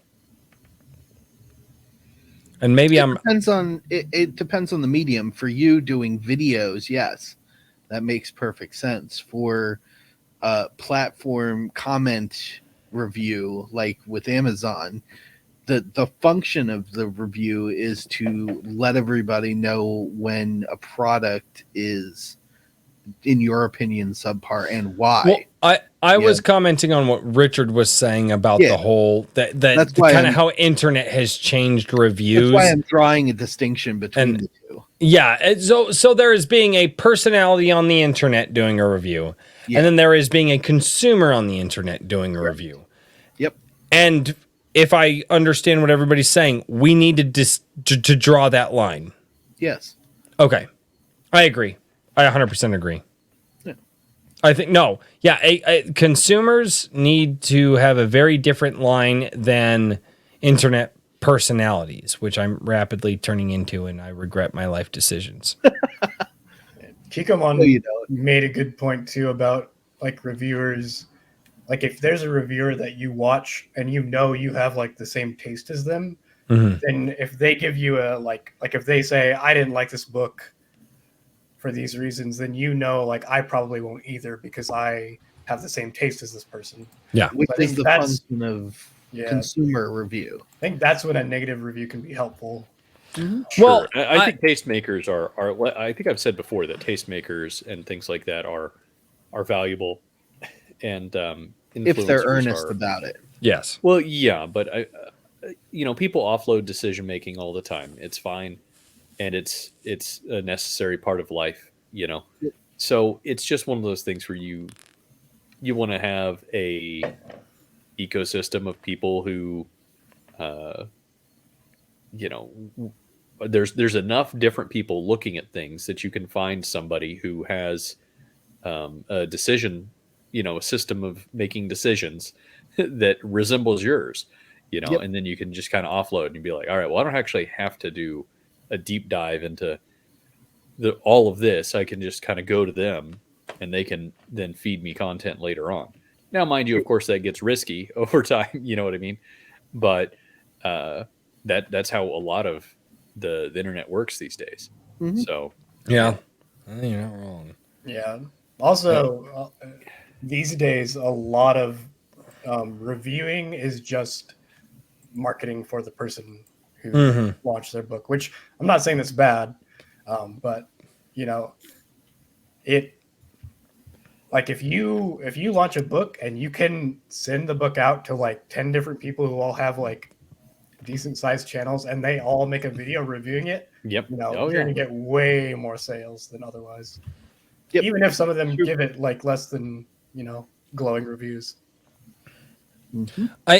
I feel like the a-hole in the room because I'm like, if anybody sends me anything, like I will find something wrong with the thing and I will mention it.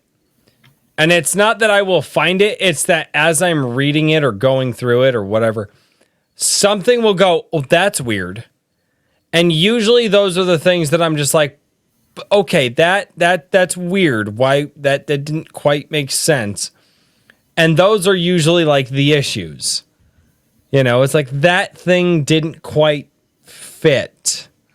And that's how I kind of review things because, well, again, as I've said on the channel, I didn't do a lot of reading when I was younger because it was made as a chore for me. I know a lot of people that used reading as an escape. I wish I could have had escaped from reading, like when I was a kid.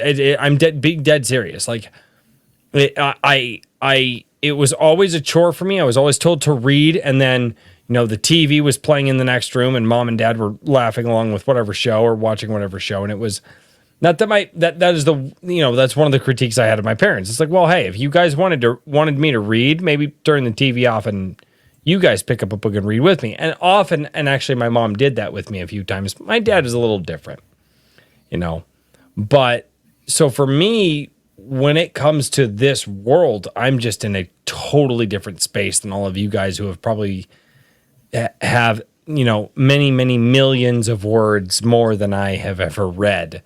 So I've got a little catching up to do, as it were. That does give you kind of a, you get your own perspective. Like if you read a fantasy book that for other people, they'll be like, man, this was just so it's a ripoff of like all the other fantasy books. It's like all the same stuff, same tropes. And they'll be like, I don't recommend it. But for you, who hasn't read a lot, like you might be like, man, I really like this story. I like the dragon and the knight, and it was all great. Yeah. Awesome. Like, so it's, you get a different perspective by being fresh. And that's what's really cool too, is that I think that my perspective could almost be childlike in that I haven't experienced certain storytelling styles before. Not that I haven't necessarily, because I still, like, again, I read when I was a kid. I've read a lot of the classic stories and stuff like that. I know a lot of the classic story tropes. I was made to, English class, know the various different types of storytelling. Can't tell you what those are now. Know the various different types of the hero archetype, which I believe there are 9 different types of hero archetype. Anyway, but yeah. So I went through all that stuff. But for me, when I'm reading something, it really has my one criteria for reading and giving a good review. If you can make me forget that I'm reading something, you are an instant win in my book. One of the books that did that, and people might have issues with it because it's not entirely historically accurate, and it's Can I interrupt you real quick? Go for it. Yeah, I was going to say, I'm about to fade out here. I got to go, guys. I'm out of it. So, thank you for, I don't know, listening to me. I can't even do a proper outro. I'm so tired. AnimalMagazine.com. We cracked 5K this week. Exciting. Timo, keep talking. You know, don't let Royce get you down. I'm not. Why? No. You can't do that to me. Night, Richard. No, you sit your ass. That son of a bitch. Man, Woo! Attaboy, Richard. John wants to replace him. I'll take his place. John, we're only going to be on for another few more minutes. Daniel, would you like for the next, I don't know, 5 or 10 minutes or so, because I am fading fast and I have food that I have to prep for tomorrow and things that I have to get. Timo, would you like to have John on for the next at least a couple of minutes to take Richard's place? It's fine with me. Well, yeah, if you look if at wanna do our that. private chat, I also actually brought a test run shill to just play for everybody. Test run show. Well, do me. What private chat? The Gilded private chat? No, the StreamYard private chat. The one that you don't pay attention to. No. Because Richard was saying, like... Oh, no. You guys, I know. I'm aware. I legit... I do not pay attention. I have super chats up here that I still have to read. I've got a $50 one and a $5 one. I've got John A. Douglas. I'll join John. I'm sending you the invite. So I will send that over to you over on Gilded because why talk on any other platform? I have a bunch of people like, where's the best place to reach you? Gilded? I'm not on Gilded. Get on Gilded. Mm-hmm. Yes, I know you have multiple chats and multiple things that you're looking at, and I'm still going to call you out. When I know, because you're gay. Life is hard for Royce. Life's very hard for Roy. It's not hard. It's confusing when you're tired, though. John A. Douglas. There we go. All right, John, if you would like to come on for the last few minutes of the show, come on, John. So, no drama, John. Always drama, John. No, don't drama, John. He does always drama, John. All right, so what am I like? Is it this Rumble link that you did here? Is it the Rumble link? Is it that thing? Yes. Oh, well, we'll pull up the... Ooh, I wonder how StreamYard and Rumble are going to play together. Ooh. Yeah, that'll be... Because, StreamYard and Fund My Comic do not play well together at all. Yep. Ooh, it's an experiment for science! Science! Silence for science. Mm-hmm.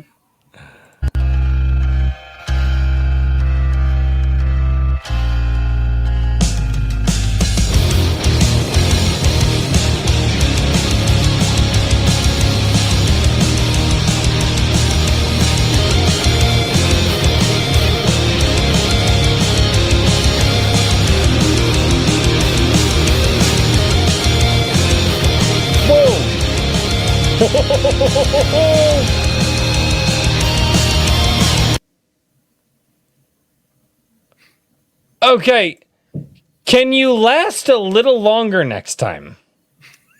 What do you mean? John, that's what she said.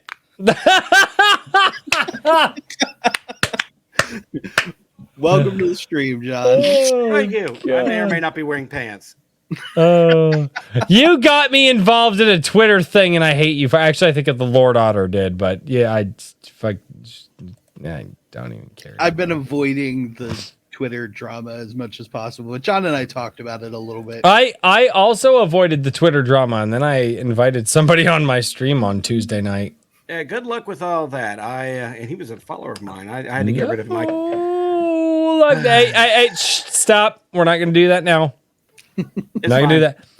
Here's a rule of my channel. Somebody that I have invited onto the stream is somebody I have invited on the channel. I have done it honestly. I am not being disingenuous about it. I will not allow trash talk about this person. I don't care how they are.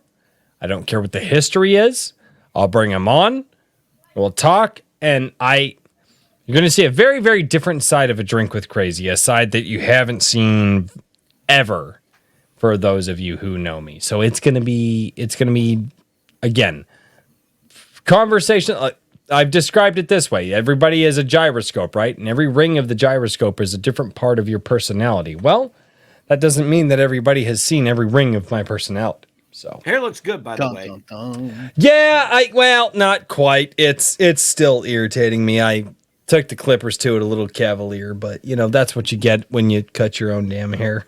It is what it is. Nature's doing it for me right now. So. Oh, wait. Oh, that's not good. That's not It looks good at good all. if you like the Backstreet Boys. Why you say that, but my daughters. Oh. I turn on the Dad, turn on I Want It That Way. No, I don't want it. Me 5 minutes. Tell me why. And my daughters are sitting there singing it with me. That era, we survived that era. That was just that was something else. Dude, I don't hate it. I really don't. I mean, depending on the mood that I'm. Well, I mean, dude, that was smack dab. Like I was smack dab. Like that was my generation. That all that stuff was, the Britney Spears, NSYNC, Backstreet Boys, all that stuff. I was right there. I mean, dude, I was born in '91. All of that stuff was targeted at right at my generation. So, Britney's a hometown girl, by the way. She's from down. The in my fuck state. she is. Never mind.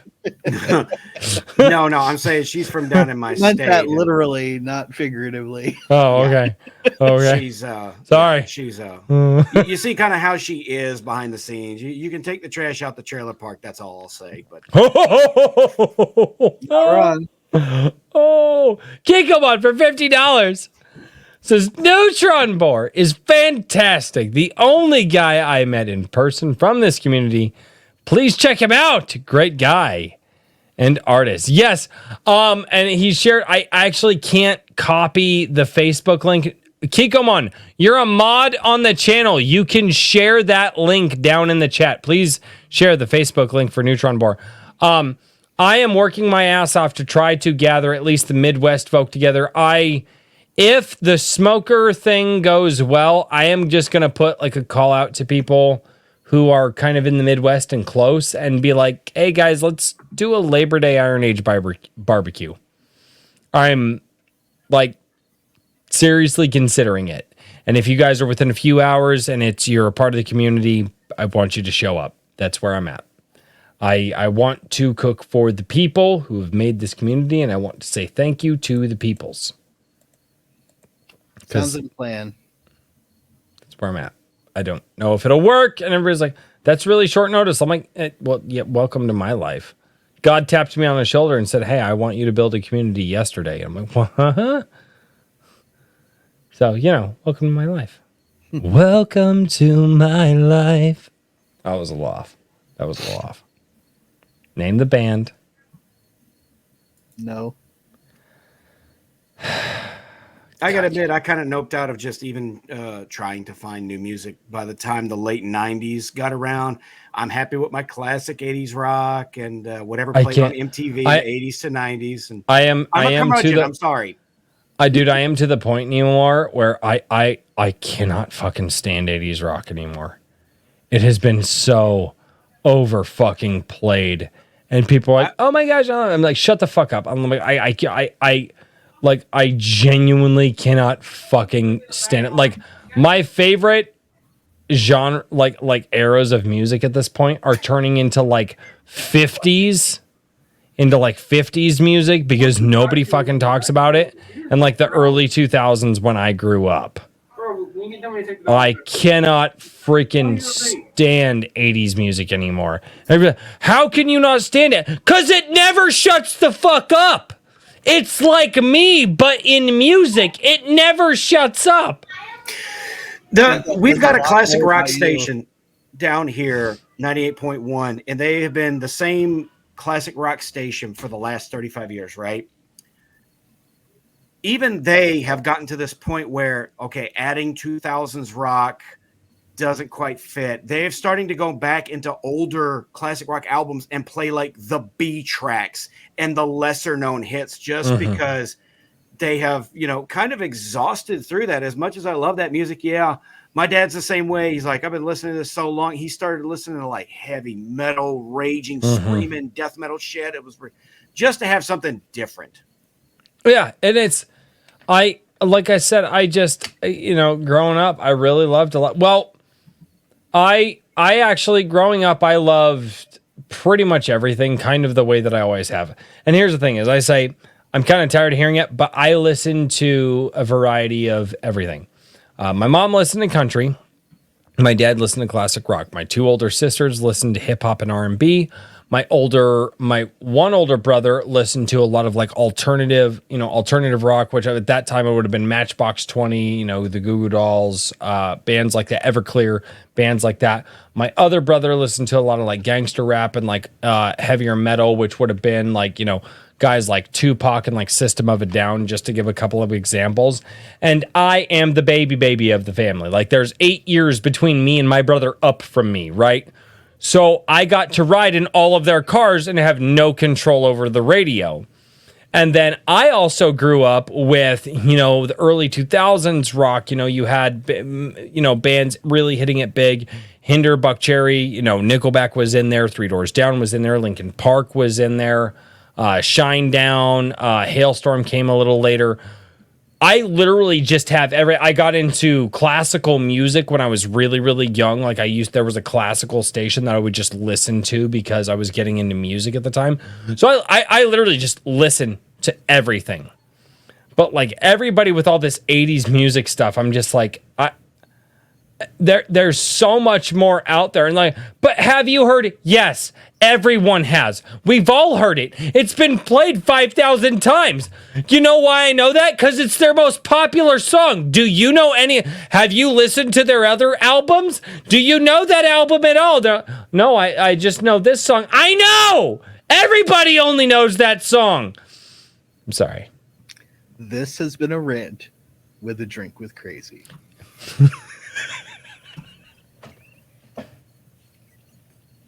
I haven't had a good one in a while. I'm sorry. It just bothers me. Do you know this song? Yes. Yeah. It's like when Don't Stop Believing by Journey became popular again. But you guys all remember that about 7-8 years ago. And that song was Glee, the television show. And it was everywhere. And it wouldn't stop fucking playing. And I'm like, and it's a good song. That's a really good song. And I am fucking tired of it. Like, oh my God. Sorry. We got any more? Generally speaking, my least favorite artist and musician of all time is someone everybody else loves. Who? Eminem. Hate him. I don't love him. I like a lot of music. I don't like him as a person. I don't like him as a musician. I don't like him as an artist. Anytime I hear his fucking music come out of something, I want to violently throw something at the source that is causing this music in my ears. I can't stand him. It doesn't help that he's a shitty person on top of it. Well, no, him being a shitty person is one thing. I like his early shit. Right. This has been. I like his early shit. Would you like to take a turn at ranting? I got to think of something to rant about. What's your favorite 1-star review of one of your works? One that actually made you laugh? All authors got one. I don't know if I have any 1-star reviews. You could leave me one, and then I can rant about it. I was gonna go to Amazon and do it, and I was like, no, I was just gonna be like, this has been your 1-star review. That's all. Weston got 1 3-star, but I think it was just a rating. They didn't leave a review, so I don't know why they didn't like it. If I was going to do that, it would be something retarded, like I'd do 1-star review and just play your book smells funny. Who was it? Brian Asher. I think he got a 1-star from someone, and they said like they found out he was married. Is like right-wing extremist or something. What the Brian? So I would like a review like that at some point, a 1-star review. That'd be great. My favorite 1-star review that I've seen for anyone is my friend who writes weird Western novels, Ryan Williamson. He got a review, and 1-star review, and it said it could have been epic. And I'm sitting there thinking, like, I want to leave a reply that says, which part was not epic? Was it the Buffalo Soldiers that were driving the steampunk battle tanks? Was it the undead horde? Was it the vampire fighting ninja nun? What was not epic about this? This incidentally, this is an epic book. I got you, Daniel. You son of a bitch. I got you. Yeah, you did. The idea that somebody read this and thought there was nothing epic in it, that was a very disingenuous 1-star review, but funny. And he and I both laugh about it. Maji-chan for $5 says, popping in like a boss. Hello to Timo, King Richard, and Inquisitor Riley. Oh, that's a name. Can't wait to catch the replay. Oh, right. I should say hi to the Wake. Hi, Wake. Wow. Inquisitor. That's interesting. Inquisitor Riley. Sophisticated, murderous. All of the above. Maji-chan for $2 says, love the trailer, Daniel. Hi, John A. Douglas. Hi, John. Finally, some feedback. See. I don't leave Daniel feedback. I just tell him he sucks for not shilling. He's like, well... He tells me I suck for not chilling, and then I ask him to play a video and give me feedback. He plays the video and then doesn't give me any feedback. It's intentional. There's ways that you can play mental warfare with your co-hosts, ladies and gentlemen. It happens. Take notes. Long. Take notes. Geek 'em on for $5. Who's in favor for the end the stream with Mr. Crinkle as the end of the video? Say yes after this message. If so, LOL. What? Come on, I'm not saying yes to... I'm not saying yes to anything. I think the MSG is strangling his brain. Okay, Kikomon, in a super chat, if you share a link, I actually can't click it. So, but Kikomon for $20 gets the 20-second applause that is far too long. Use this as your closing video. Listen to the song after 5 to 10 years. Woo! Let's see if I can. Talking about. Oh god. Oh god. No, that will absolutely get me copyright stricken. I know who this is. Kikomon, I actually can't play that. That will actually get me a copyright strike. I know who that band is. I fucking love that band. God, I love that band. It's a Primus song. It's Mr. Crinkle from Primus. God, I love Primus. They're so fucking good. Oh. I wish I could, but if I play it, it copyright strikes this channel. Oh, God. Especially being that it's Primus. Kikomon. Why do you do this to me, Kikomon? Really, hey. Kikomon's like, hey, I want to experience this thing with you. And I'm like, yeah, what is it? Kikomon's like, this thing. And I'm like, that's going to get me nuked. God, I love Primus. I still remember my name is Mud. It's so good. Everybody remembers that song. What was what is God, it's it's the song. It's like Jerry was a race car driver, drove so goddamn fast. What is that? God, don't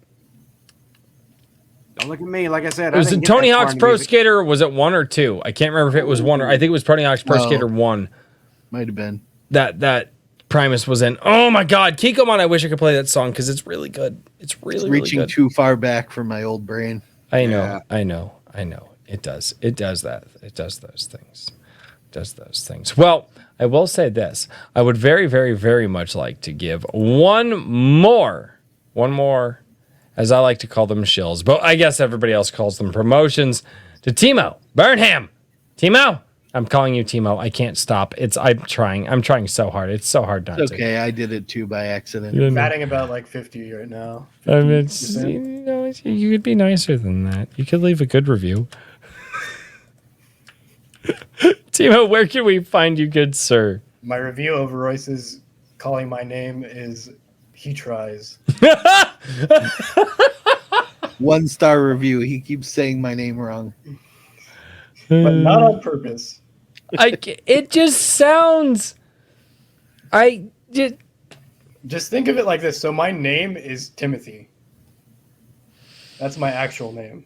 Just everyone calls me Timo. So just say the first part of my name, first part of Timothy. But it's Timo. It's Timo Burnham. Timo. Timo is the because what genuinely phonetically what sounds better? Go Timo or Timo. What sounds better as I scream it, ladies and gentlemen? Right. The Timo sounds normal because that's my name. That's what everyone has called me for, more than 30 years. So that one sounds better to me. Damn it! Hey, Royce. What? Some call him Tim. Oh. Also, before I forget, I understood that reference. I want to shout out Squishy Banana Productions. He's a friend, but you should definitely down have in him the on. chat. Yeah, I think he's not there. I think he had stuff to do, but he was there. But yeah, so he's making a game, like a dark fantasy, like third-person action game, video game. So you should definitely have him on to talk about that and let him show you stuff. He's making the entire thing himself, building every single asset himself from hand. Wow. A whole bunch of work. Whoa, that's a lot of work. Yeah, it is. Awesome. Well, you should definitely have him on at some point. No, I'm gonna have to. Well, I guess moving on to my surprise co-host this evening, John A. Douglas. Good sir. Do you have any links or shills that you'd like to drop down in the chat? You can drop them in the private chat. I'll make sure that they get to the people. I will see if I can do that. Yeah, not even like, hey, let me on the stream. I let you on the stream. You're not even fucking prepared. What the hell? No, I was actually like cutting my medicine in half when I would jump on you. My blood pressure medicine, I was sitting there chopping it up because of my insurance. Because I'm an old fogey, I can get approved for like a 40 milligram pill, and then I got to chop it in half and take one in the morning, one at night, because they won't give me 20 milligram pills, or at least not in the number that I'm prescribed. I am glad that I am so far away from that in my life. Like, no, you're also not a fat fuck like I am. So I should be with the way that I act. Well, I attribute that to avoiding the sugar. Like probably. When I was growing up, I ate very frugally, like for a long time. It was once upon a time like $40 was my weekly grocery budget for me and my wife. Like, ooh, them 99-cent bottles of soda at Winn-Dixie looked really appealing. It's like, hey, I've been there. Hamburger Helper 3-4 days out of the week. It is what it is. No, I will say this: Hamburger Helper. If that's what you can afford, Hamburger Helper and a couple pounds of ground beef will get you through a week. And I know because I fed a family of 6 on it when I had to. Okay, I think I dropped my channel link in the chat. I'm at $8.97 right now. Where is your channel link? In the private chat? Don't drop it in the YouTube chat. You're not a mod. No. You can't do that. Oh, shit. I'm not a mod. You've got to put it in the private chat. Okay. Make Royce do it. It's fine. It's fine. You can wait till later. It's not a big deal. I just jumped on to say hey, help you close out the show. I'm pretty sure everybody here that wants to follow me already follows me anyway. True. Maybe. Wow. Just that cold shoulder from Daniel Riley. Oh my God. That's why he gets the armchair. Well, I'm feeling the Inquisitor name. I've been struck by a smooth criminal. You've been struck by a smooth criminal.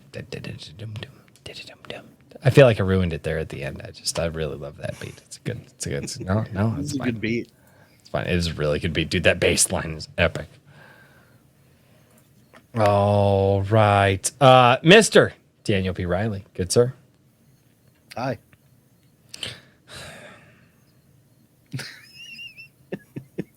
Hey, I did my video. My daughter and I all right. So I don't have to shill. You know how this works. Ladies and gentlemen, the man who would like to reach into the depths of your brain through whatever orifice is necessary to do that, and he will pull out that story and put it onto the page as long as you are there to help cultivate it. Ladies and gentlemen, go check out Mr. Daniel P. Riley over at whimsyland.org, where he will help you realize your story to the pages that you want to realize them to. And then I clean them up. Well, yeah, you just reach through people's orifices. You're going to need to clean them up. Yep. Editors help you make them better writers. Voluntary or involuntary, it doesn't matter. Yes, all of those Pull the things. story out of you. Yeah, he'll just, I mean, just get right up in there, grab, and yeah, it's a thing. It's how it Follow me works. on Twitter at Mr. DP Riley. Don't listen to Rice.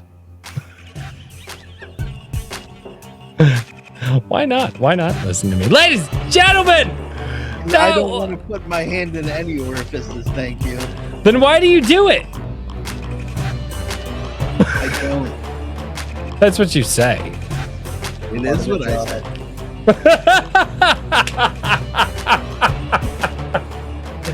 Oh my god. Oh.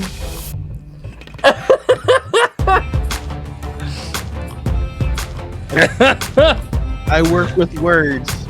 Thank you. You work. It sounds like you work with more than that. You Brains, maybe. Timo, John, you guys were here. Like, you heard he works more within just words, right? Like, you heard that? That wasn't just me, right? No? For a cut, I'll say I heard it. Yeah, there you go. You son of a bitch. Their silence is damning. We'll make it happen. I'll make it happen, John. It's not going to be a big cut, but I'll make it happen.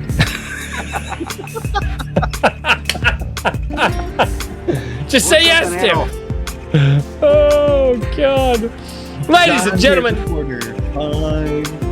Right? He didn't define his terms. Ladies and gentlemen, legal contracts are binding. And for all of you, thank you all so much for being here. A lot of familiar names in the chat. A lot of people who have been out there supporting this channel for a long time, and I mean this very sincerely. Thank you all so much for being here on Iron Age Nights. And I will see you all on Sunday for Sunday Coffee at 11 a.m. Central. Cheers, everybody. Good night, everybody. Good Holla, holla.